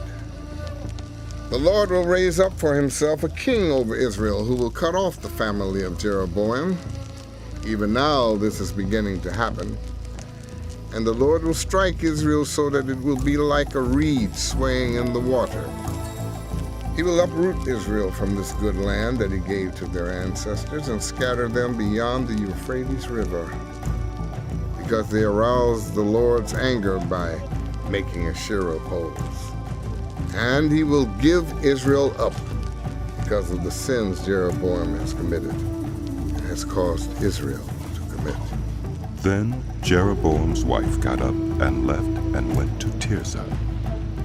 As soon as she stepped over the threshold of the house, the boy died. They buried him, and all Israel mourned for him, as the Lord had said through his servant, the prophet Ahijah. The other events of Jeroboam's reign, his wars, and how he ruled, are written in the book of the annals of the kings of Israel. He reigned for 22 years, and then rested with his ancestors. And Nadab, his son, succeeded him as king. Rehoboam, son of Solomon, was king in Judah. He was 41 years old when he became king, and he reigned 17 years in Jerusalem, the city the Lord had chosen out of all the tribes of Israel in which to put his name. His mother's name was Naamah. She was an Ammonite. Judah did evil in the eyes of the Lord. By the sins they committed, they stirred up his jealous anger more than those who were before them had done. They also set up for themselves high places, sacred stones, and Asherah poles on every high hill and under every spreading tree. There were even male shrine prostitutes in the land. The people engaged in all the detestable practices of the nations the Lord had driven out before the Israelites. In the 5th year of King Rehoboam, Shishak, king of Egypt, attacked Jerusalem. He carried off the treasures of the temple of the Lord and the treasures of the royal palace. He took everything, including all the gold shields Solomon had made. So King Rehoboam made bronze shields to replace them and assigned these to the commanders of the guard on duty at the entrance to the royal palace. Whenever the king went to the Lord's temple, the guards bore the shields, and afterward they returned them to the guard room. As for the other events of Rehoboam's reign and all he did, are they not written in the book of the annals of the kings of Judah? There was continual warfare between Rehoboam and Jeroboam. And Rehoboam rested with his ancestors and was buried with them in the city of David. His mother's name was Naamah. She was an Ammonite. And Abijah his son succeeded him as king. In the 18th year of the reign of Jeroboam, son of Nebat, Abijah became king of Judah, and he reigned in Jerusalem 3 years. His mother's name was Maacah, daughter of Abishalom. He committed all the sins his father had done before him. His heart was not fully devoted to the Lord his God, as the heart of David his forefather had been. Nevertheless, for David's sake, the Lord his God gave him a lamp in Jerusalem by raising up a son to succeed him, and by making Jerusalem strong. For David had done what was right in the eyes of the Lord, and had not failed to keep any of the Lord's commands all the days of his life, except in the case of Uriah the Hittite. There was war between Abijah and Jeroboam throughout Abijah's lifetime. As for the other events of Abijah's reign and all he did, are they not written in the book of the annals of the kings of Judah? There was war between Abijah and Jeroboam, and Abijah rested with his ancestors and was buried in the city of David, and Asa, his son, succeeded him as king. In the 20th year of Jeroboam, king of Israel, Asa became king of Judah, and he reigned in Jerusalem 41 years. His grandmother's name was Maacah, daughter of Abishalom. Asa did what was right in the eyes of the Lord, as his father David had done. He expelled the male shrine prostitutes from the land and got rid of all the idols his ancestors had made. He even deposed his grandmother Maacah from her position as queen mother, because she had made a repulsive image for the worship of Asherah. Asa cut it down and burned it in the Kidron Valley. Although he did not remove the high places, Asa's heart was fully committed to the Lord all his life. He brought into the temple of the Lord the silver and gold and the articles that he and his father had dedicated. There was war between Asa and Baasha, king of Israel, throughout their reigns. Baasha, king of Israel, went up against Judah and fortified Ramah to prevent anyone from leaving or entering the territory of Asa, king of Judah. Asa then took all the silver and gold that was left in the treasuries of the Lord's temple and of his own palace. He entrusted it to his officials and sent them to Ben-Hadad, son of Tabrimmon, the son of Hezion, the king of Aram, who was ruling in Damascus. "Let there be a treaty between me and you," he said, "as there was between my father and your father. See, I am sending you a gift of silver and gold. Now break your treaty with Baasha, king of Israel, so he will withdraw from me." Ben-Hadad agreed with King Asa and sent the commanders of his forces against the towns of Israel. He conquered Ijon, Dan, Abel-Beth-Maacah, and all Kinnereth in addition to Naphtali. When Baasha heard this, he stopped building Ramah and withdrew to Tirzah. Then King Asa issued an order to all Judah. No one was exempt, and they carried away from Ramah the stones and timber Baasha had been using there. With them King Asa built up Geba in Benjamin and also Mizpah. As for all the other events of Asa's reign, all his achievements, all he did and the cities he built, are they not written in the book of the annals of the kings of Judah? In his old age, however, his feet became diseased. Then Asa rested with his ancestors and was buried with them in the city of his father David. And Jehoshaphat his son succeeded him as king. Nadab, son of Jeroboam, became king of Israel in the 2nd year of Asa, king of Judah, and he reigned over Israel 2 years. He did evil in the eyes of the Lord, following the ways of his father and committing the same sin his father had caused Israel to commit. Baasha, son of Ahijah of the house of Issachar, plotted against him, and he struck him down at Gibbethon, a Philistine town, while Nadab and all Israel were besieging it. Baasha killed Nadab in the 3rd year of Asa, king of Judah, and succeeded him as king. As soon as he began to reign, he killed Jeroboam's whole family. He did not leave Jeroboam anyone that breathed, but destroyed them all, according to the word of the Lord given through his servant Ahijah the Shilonite. This happened because of the sins Jeroboam had committed and had caused Israel to commit, and because he aroused the anger of the Lord, the God of Israel.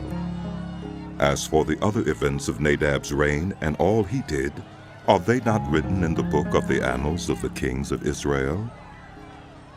There was war between Asa and Baasha, king of Israel, throughout their reigns. In the 3rd year of Asa, king of Judah, Baasha, son of Ahijah, became king of all Israel in Tirzah, and he reigned 24 years. He did evil in the eyes of the Lord, following the ways of Jeroboam and committing the same sin Jeroboam had caused Israel to commit. Then the word of the Lord came to Jehu, son of Hanani, concerning Baasha. I lifted you up from the dust and appointed you ruler over my people Israel. But you followed the ways of Jeroboam and caused my people Israel to sin and to arouse my anger by their sins. So I am about to wipe out Baasha and his house, and I will make your house like that of Jeroboam, son of Nebat. Dogs will eat those belonging to Baasha who die in the city, and birds will feed on those who die in the country. As for the other events of Baasha's reign, what he did and his achievements, are they not written in the book of the annals of the kings of Israel? Baasha rested with his ancestors and was buried in Tirzah, and Elah his son succeeded him as king. Moreover, the word of the Lord came through the prophet Jehu, son of Hanani, to Baasha and his house, because of all the evil he had done in the eyes of the Lord, arousing his anger by the things he did, becoming like the house of Jeroboam, and also because he destroyed it. In the 26th year of Asa, king of Judah, Elah, son of Baasha, became king of Israel, and he reigned in Tirzah 2 years. Zimri, one of his officials who had command of half his chariots, plotted against him. Elah was in Tirzah at the time, getting drunk in the home of Arza, who was in charge of the palace at Tirzah. Zimri came in, struck him down, and killed him in the 27th year of Asa, king of Judah. Then he succeeded him as king. As soon as he began to reign and was seated on the throne, he killed off Baasha's whole family. He did not spare a single male, whether relative or friend. So Zimri destroyed the whole family of Baasha in accordance with the word of the Lord spoken against Baasha through the prophet Jehu, because of all the sins Baasha and his son Elah had committed and had caused Israel to commit. so that they aroused the anger of the Lord, the God of Israel, by their worthless idols. As for the other events of Elah's reign and all he did, are they not written in the book of the annals of the kings of Israel? In the 27th year of Asa, king of Judah, Zimri reigned in Tirzah 7 days. The army was encamped near Gibbethon, a Philistine town. When the Israelites in the camp heard that Zimri had plotted against the king and murdered him, they proclaimed Omri, the commander of the army, king over Israel that very day there in the camp. Then Omri and all the Israelites with him withdrew from Gibbethon and laid siege to Tirzah. When Zimri saw that the city was taken, he went into the citadel of the royal palace and set the palace on fire around him. So he died because of the sins he had committed, doing evil in the eyes of the Lord and following the ways of Jeroboam and committing the same sin Jeroboam had caused Israel to commit. As for the other events of Zimri's reign and the rebellion he carried out, are they not written in the book of the annals of the kings of Israel? Then the people of Israel were split into 2 factions. Half supported Tibni, son of Ginath, for king, and the other half supported Omri. But Omri's followers proved stronger than those of Tibni, son of Ginath. So Tibni died, and Omri became king. In the 31st year of Asa, king of Judah, Omri became king of Israel, and he reigned 12 years, 6 of them in Tirzah. He bought the hill of Samaria from Shemer for 2 talents of silver and built a city on the hill, calling it Samaria after Shemer, the name of the former owner of the hill. But Omri did evil in the eyes of the Lord and sinned more than all those before him. He followed completely the ways of Jeroboam, son of Nebat, committing the same sin Jeroboam had caused Israel to commit, so that they aroused the anger of the Lord, the God of Israel, by their worthless idols. As for the other events of Omri's reign, what he did and the things he achieved, are they not written in the book of the annals of the kings of Israel? Omri rested with his ancestors and was buried in Samaria, and Ahab, his son, succeeded him as king. In the 38th year of Asa, king of Judah, Ahab, son of Omri, became king of Israel, and he reigned in Samaria over Israel 22 years. Ahab, son of Omri, did more evil in the eyes of the Lord than any of those before him. He not only considered it trivial to commit the sins of Jeroboam, son of Nebat, but he also married Jezebel, daughter of Ethbaal, king of the Sidonians, and began to serve Baal and worship him. He set up an altar for Baal in the temple of Baal that he built in Samaria. Ahab also made an Asherah pole and did more to arouse the anger of the Lord, the God of Israel, than did all the kings of Israel before him. In Ahab's time, Hiel of Bethel rebuilt Jericho. He laid its foundations at the cost of his firstborn son, Abiram, and he set up its gates at the cost of his youngest son, Segub, in accordance with the word of the Lord, spoken by Joshua, son of Nun. Now Elijah the Tishbite from Tishbe in Gilead said to Ahab, As the Lord, the God of Israel lives, whom I serve, there will be neither dew nor rain in the next few years, except at my word. Then the word of the Lord came to Elijah. Leave here, turn eastward and hide in the Kerith ravine, east of the Jordan. You will drink from the brook, and I have directed the ravens to supply you with food there. So he did what the Lord had told him. He went to the Kerith ravine, east of the Jordan, and stayed there. The ravens brought him bread and meat in the morning, and bread and meat in the evening, and he drank from the brook. Sometime later, the brook dried up because there had been no rain in the land. Then the word of the Lord came to him. Go at once to Zarephath in the region of Sidon and stay there. I have directed a widow there to supply you with food. So he went to Zarephath. When he came to the town gate, a widow was there gathering sticks. He called to her and asked, "Would you bring me a little water in a jar so I may have a drink?" As she was going to get it, he called, "And bring me, please, a piece of bread." "As surely as the Lord your God lives," she replied, "I don't have any bread. Only a handful of flour in a jar and a little olive oil in a jug. I'm gathering a few sticks to take home and make a meal for myself and my son, that we may eat it and die." Elijah said to her, "Don't be afraid. Go home and do as you have said, but first make a small loaf of bread for me from what you have, and bring it to me, and then make something for yourself and your son. For this is what the Lord, the God of Israel, says. The jar of flour will not be used up, and the jug of oil will not run dry until the day the Lord sends rain on the land." She went away and did as Elijah had told her. So there was food every day for Elijah and for the woman and her family.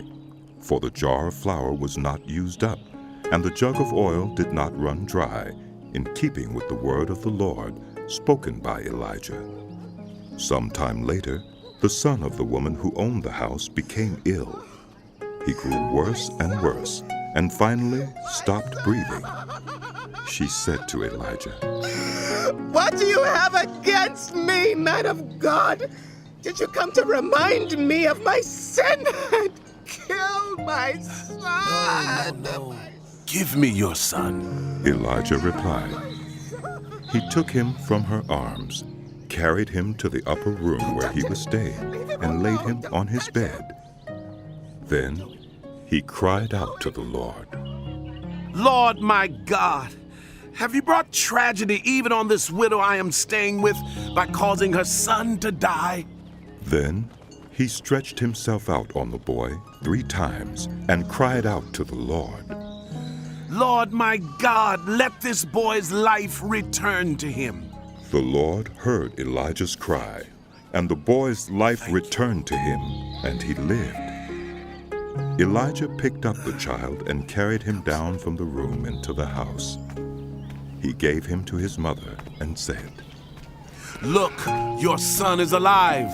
Then the woman said to Elijah, "Now I know that you are a man of God, and that the word of the Lord from your mouth is the truth." After a long time, in the 3rd year, the word of the Lord came to Elijah. Go and present yourself to Ahab, and I will send rain on the land. So Elijah went to present himself to Ahab. Now the famine was severe in Samaria, and Ahab had summoned Obadiah, who was in charge of his palace. Obadiah was a devout believer in the Lord. While Jezebel was killing off the Lord's prophets, Obadiah had taken 100 prophets and hidden them in 2 caves, 50 in each, and had supplied them with food and water. Ahab had said to Obadiah, "Go through the land, to all the springs and valleys. Maybe we can find some grass to keep the horses and mules alive, so we will not have to kill any of our animals." So they divided the land they were to cover, Ahab going in one direction and Obadiah in another. As Obadiah was walking along, Elijah met him. Obadiah recognized him, bowed down to the ground, and said, "Oh, is it really you, my Lord Elijah?" "Yes," he replied. "Go tell your master Elijah is here." "What have I done wrong?" asked Obadiah. "That you are handing your servant over to Ahab to be put to death? As surely as the Lord your God lives, there is not a nation or kingdom where my master has not sent someone to look for you. And whenever a nation or kingdom claimed you were not there, he made them swear they could not find you. But now you tell me to go to my master and say, Elijah is here. I don't know where the Spirit of the Lord may carry you when I leave you. If I go and tell Ahab and he doesn't find you, he will kill me. Yet I, your servant, have worshipped the Lord since my youth. Haven't you heard, my Lord, what I did while Jezebel was killing the prophets of the Lord?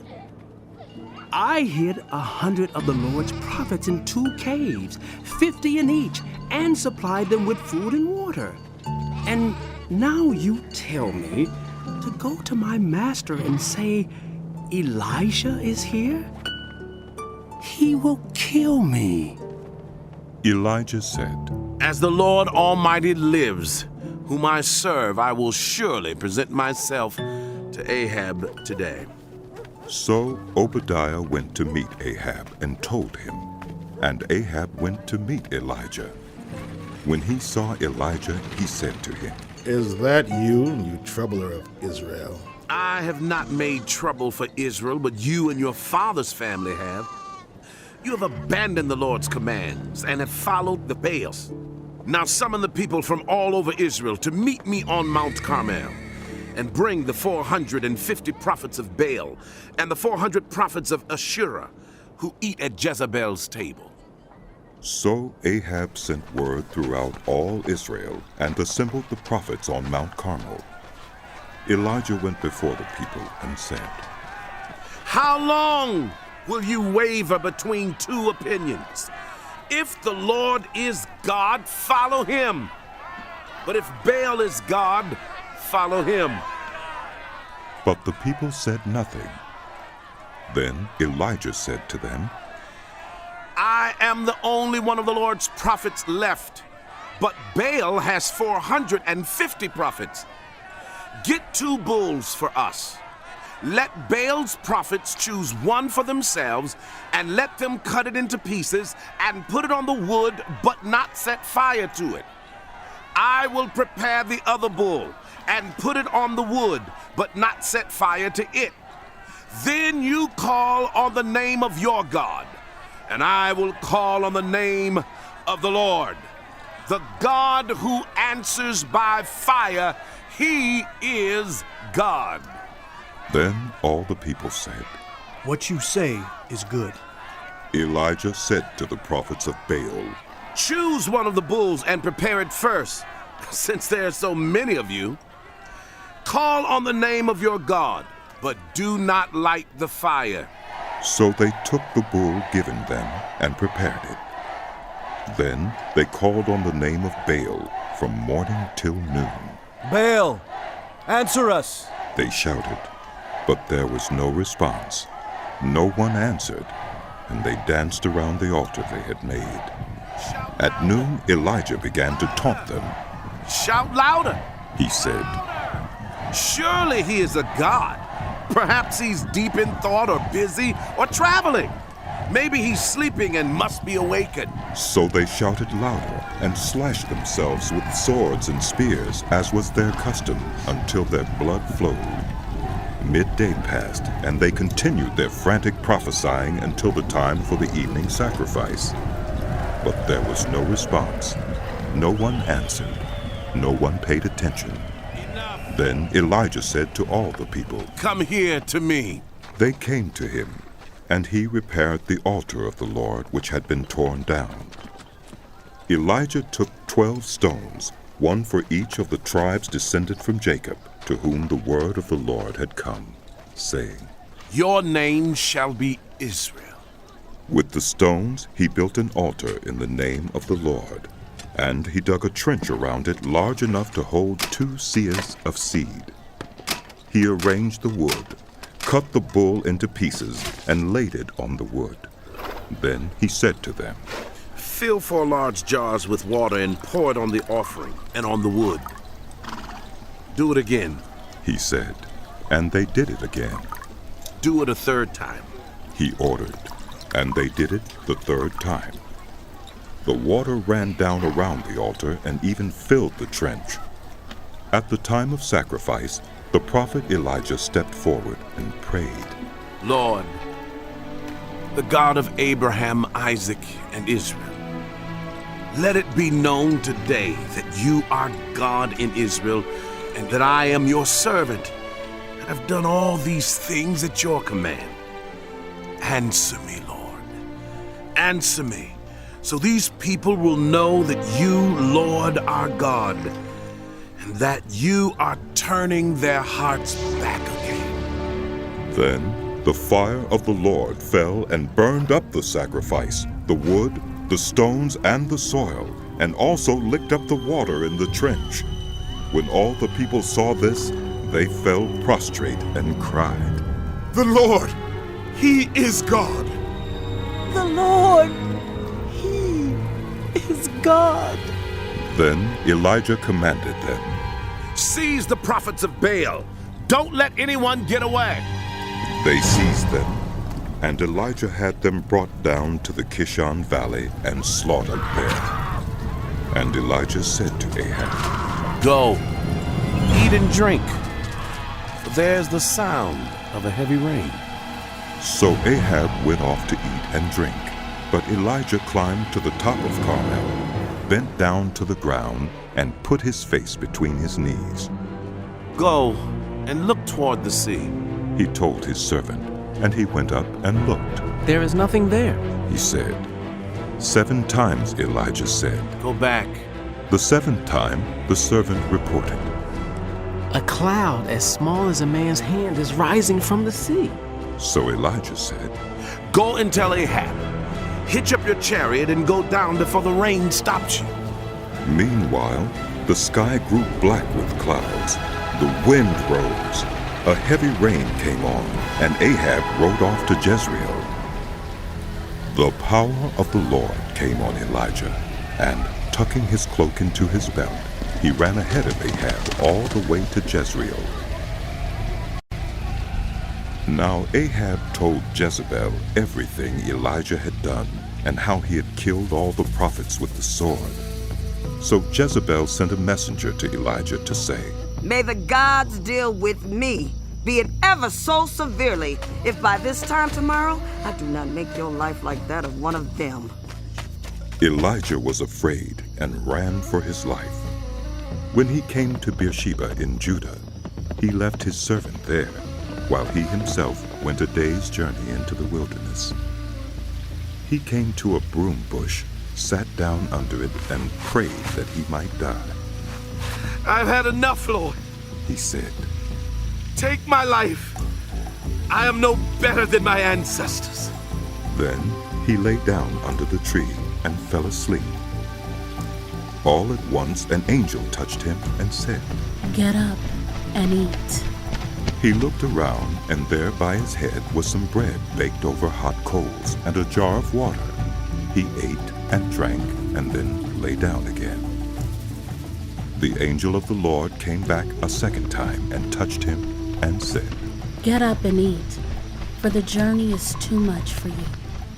So he got up and ate and drank. Strengthened by that food, he traveled 40 days and 40 nights until he reached Horeb, the mountain of God. There he went into a cave and spent the night. And the word of the Lord came to him. "What are you doing here, Elijah?" He replied, "I have been very zealous for the Lord God Almighty. The Israelites have rejected your covenant, torn down your altars, and put your prophets to death with the sword. I am the only one left. Now they're trying to kill me too."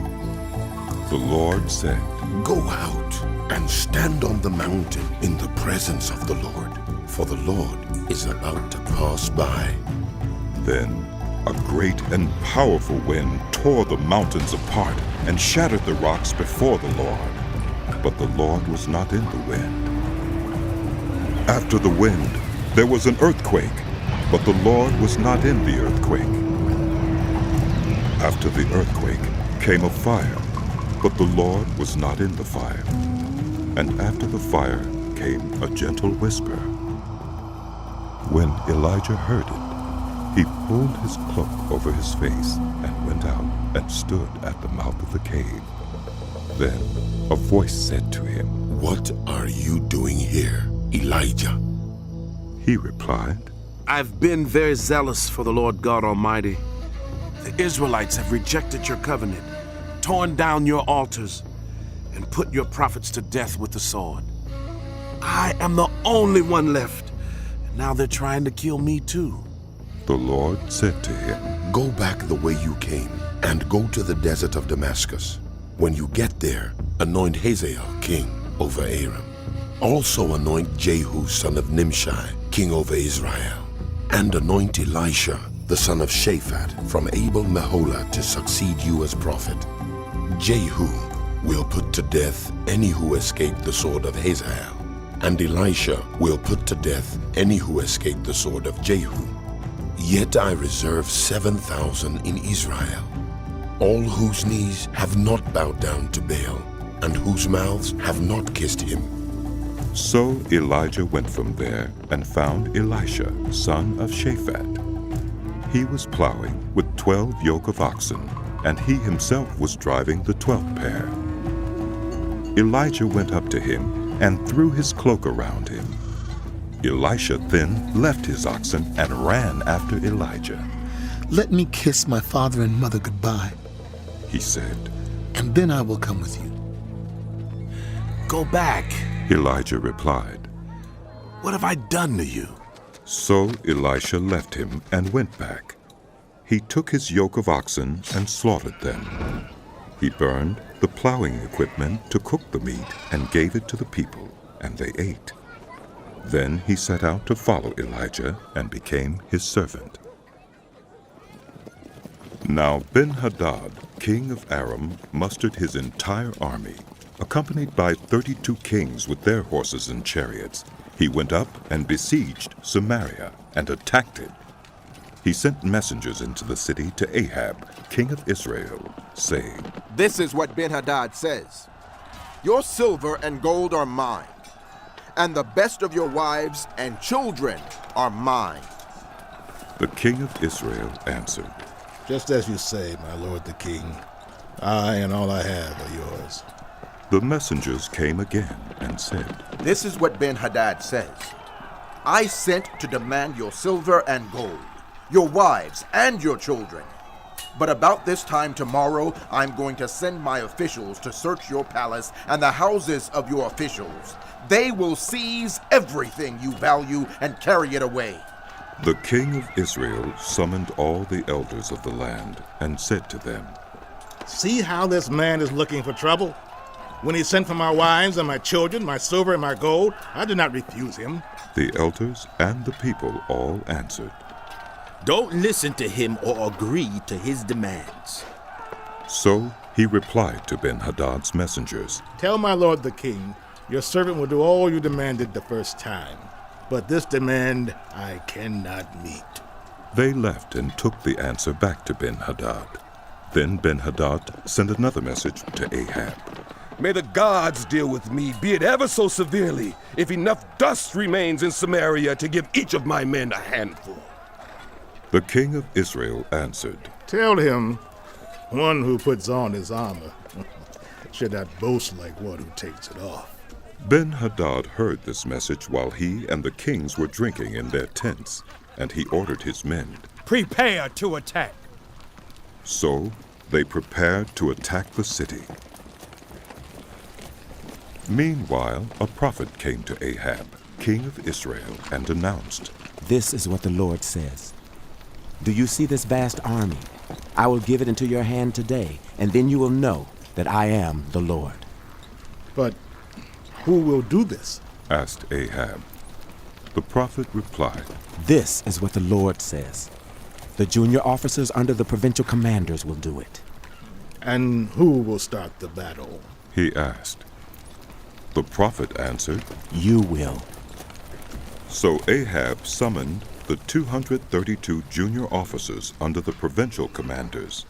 Then he assembled the rest of the Israelites, 7,000 in all. They set out at noon, while Ben-Hadad and the 32 kings allied with him were in their tents getting drunk.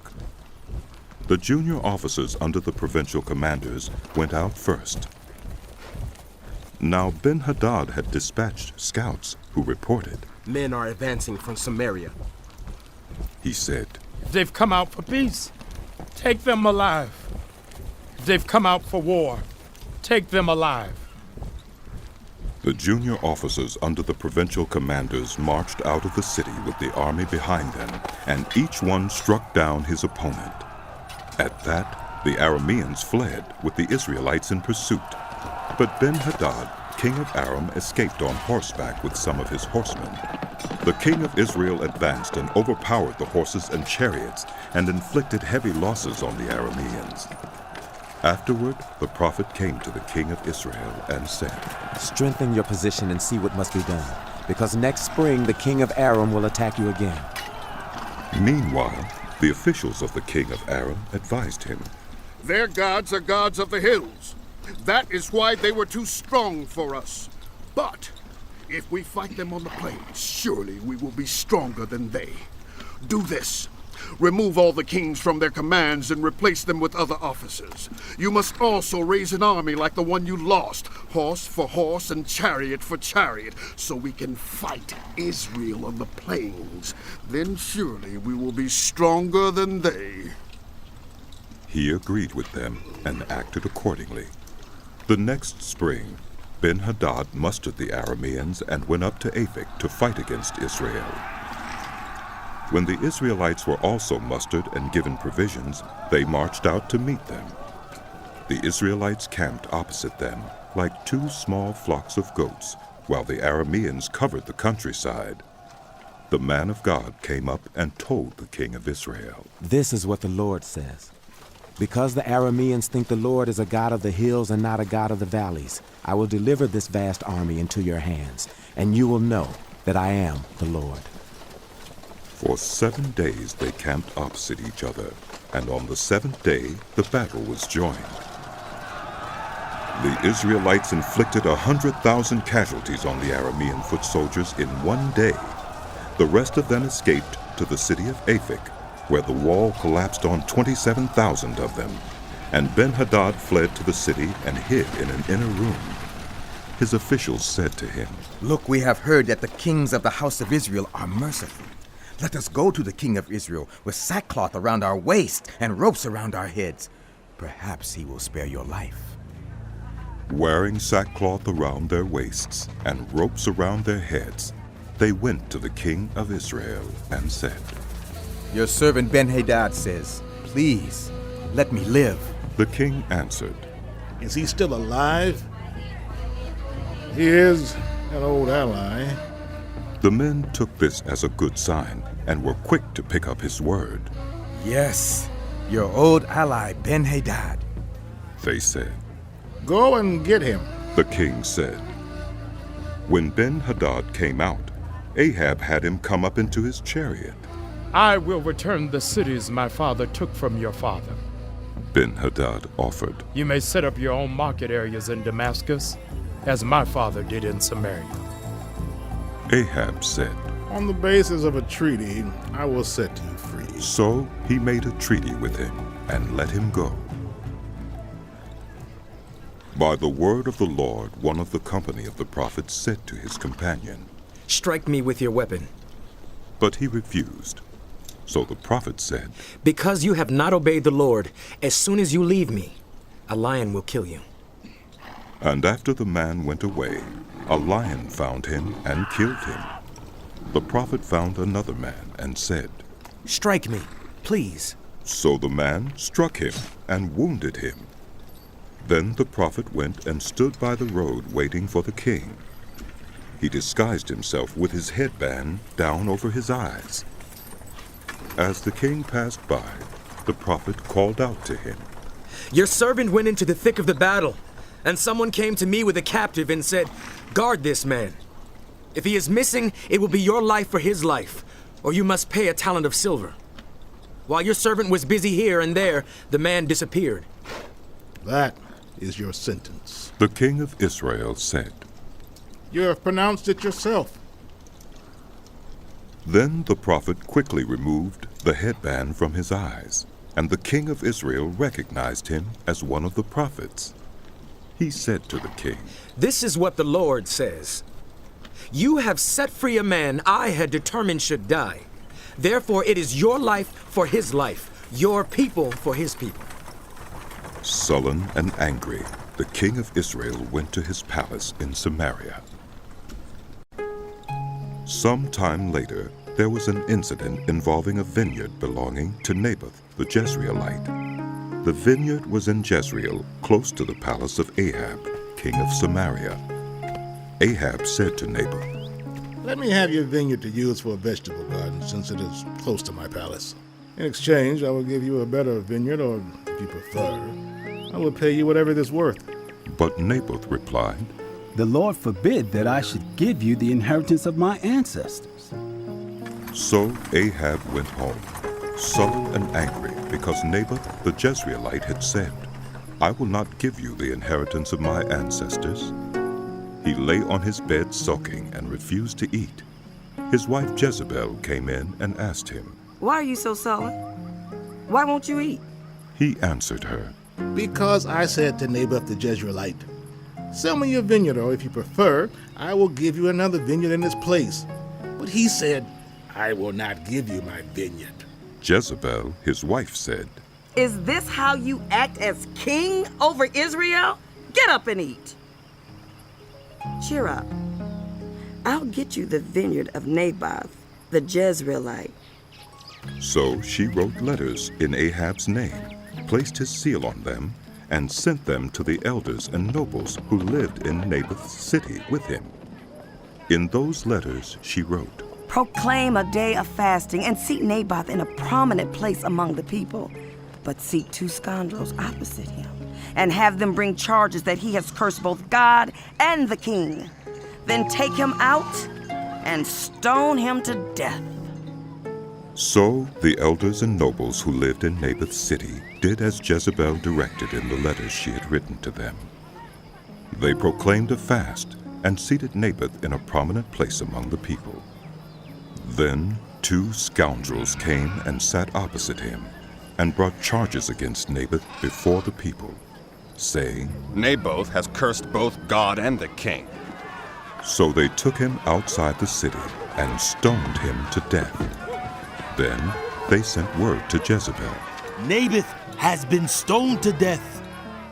As soon as Jezebel heard that Naboth had been stoned to death, she said to Ahab, "Get up and take possession of the vineyard of Naboth, the Jezreelite, that he refused to sell you. He is no longer alive, but dead." When Ahab heard that Naboth was dead, he got up and went down to take possession of Naboth's vineyard. Then the word of the Lord came to Elijah the Tishbite. "Go down to meet Ahab, king of Israel, who rules in Samaria. He is now in Naboth's vineyard, where he has gone to take possession of it. Say to him, 'This is what the Lord says. Have you not murdered a man and seized his property?' Then say to him, 'This is what the Lord says. In the place where dogs licked up Naboth's blood, dogs will lick up your blood. Yes, yours." Ahab said to Elijah, "So, you have found me, my enemy." "I have found you," he answered. "Because you have sold yourself to do evil in the eyes of the Lord. He says, I am going to bring disaster on you. I will wipe out your descendants and cut off from Ahab every last male in Israel, slave or free. I will make your house like that of Jeroboam, son of Nebat, and that of Baasha, son of Ahijah, because you have aroused my anger and have caused Israel to sin." And also concerning Jezebel, the Lord says, "Dogs will devour Jezebel by the wall of Jezreel. Dogs will eat those belonging to Ahab who die in the city, and the birds will feed on those who die in the country." There was never anyone like Ahab who sold himself to do evil in the eyes of the Lord, urged on by Jezebel, his wife. He behaved in the vilest manner by going after idols, like the Amorites the Lord drove out before Israel. When Ahab heard these words, he tore his clothes, put on sackcloth, and fasted. He lay in sackcloth and went around meekly. Then the word of the Lord came to Elijah the Tishbite. Have you noticed how Ahab has humbled himself before me? Because he has humbled himself, I will not bring this disaster in his day, but I will bring it on his house in the days of his son. For 3 years there was no war between Aram and Israel. But in the 3rd year, Jehoshaphat, king of Judah, went down to see the king of Israel. The king of Israel had said to his officials, "Don't you know that Ramoth-Gilead belongs to us, and yet we are doing nothing to retake it from the king of Aram?" So he asked Jehoshaphat, "Will you go with me to fight against Ramoth-Gilead?" Jehoshaphat replied to the king of Israel, "I am as you are, my people as your people, my horses as your horses." But Jehoshaphat also said to the king of Israel, "First, seek the counsel of the Lord." So the king of Israel brought together the prophets, about 400 men, and asked them, "Shall I go to war against Ramoth-Gilead, or shall I refrain?" "Go," they answered, "for the Lord will give it into the king's hand." But Jehoshaphat asked, "Is there no longer a prophet of the Lord here whom we can inquire of?" The king of Israel answered Jehoshaphat, "There's still one through whom we can inquire of the Lord, but I hate him because he never prophesies anything good about me, but always bad. He is Micaiah, son of Imlah." "The king should not say such a thing," Jehoshaphat replied. So the king of Israel called one of his officials and said, "Bring Micaiah, son of Imlah, at once." Dressed in their royal robes, the king of Israel and Jehoshaphat, king of Judah, were sitting on their thrones at the threshing floor by the entrance of the gate of Samaria, with all the prophets prophesying before them. Now Zedekiah, son of Kenaunah, had made iron horns, and he declared, "This is what the Lord says. With these you will gore the Arameans until they are destroyed." All the other prophets were prophesying the same thing. "Attack Ramoth-Gilead and be victorious," they said, "for the Lord will give it into the king's hand." The messenger who had gone to summon Micaiah said to him, "Look, the other prophets without exception are predicting success for the king. Let your word agree with theirs and speak favorably." But Micaiah said, "As surely as the Lord lives, I can tell him only what the Lord tells me." When he arrived, the king asked him, "Micaiah, shall we go to war against Ramoth-Gilead or not?" "Attack and be victorious," he answered. "for the Lord will give it into the king's hand." The king said to him, "How many times must I make you swear to tell me nothing but the truth in the name of the Lord?" Then Micaiah answered, "I saw all Israel scattered on the hills like sheep without a shepherd. And the Lord said, 'These people have no master. Let each one go home in peace.'"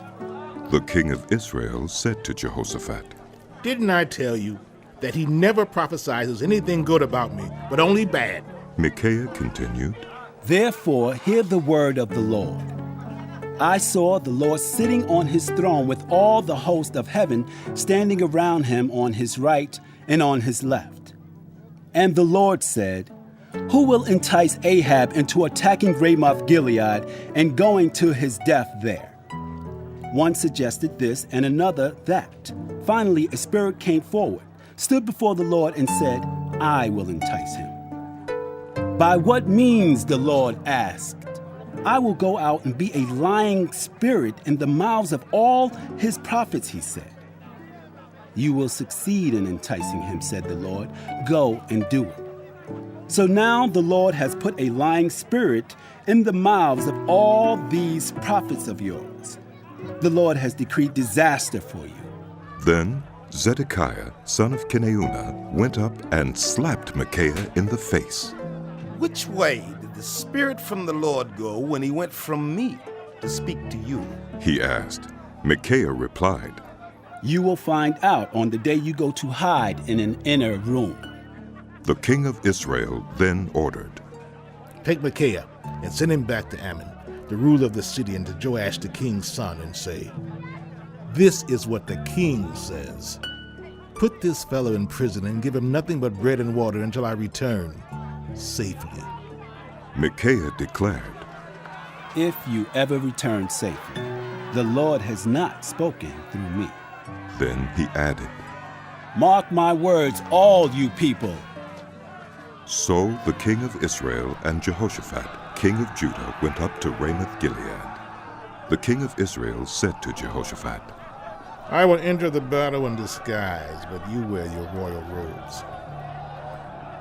So the king of Israel disguised himself and went into battle.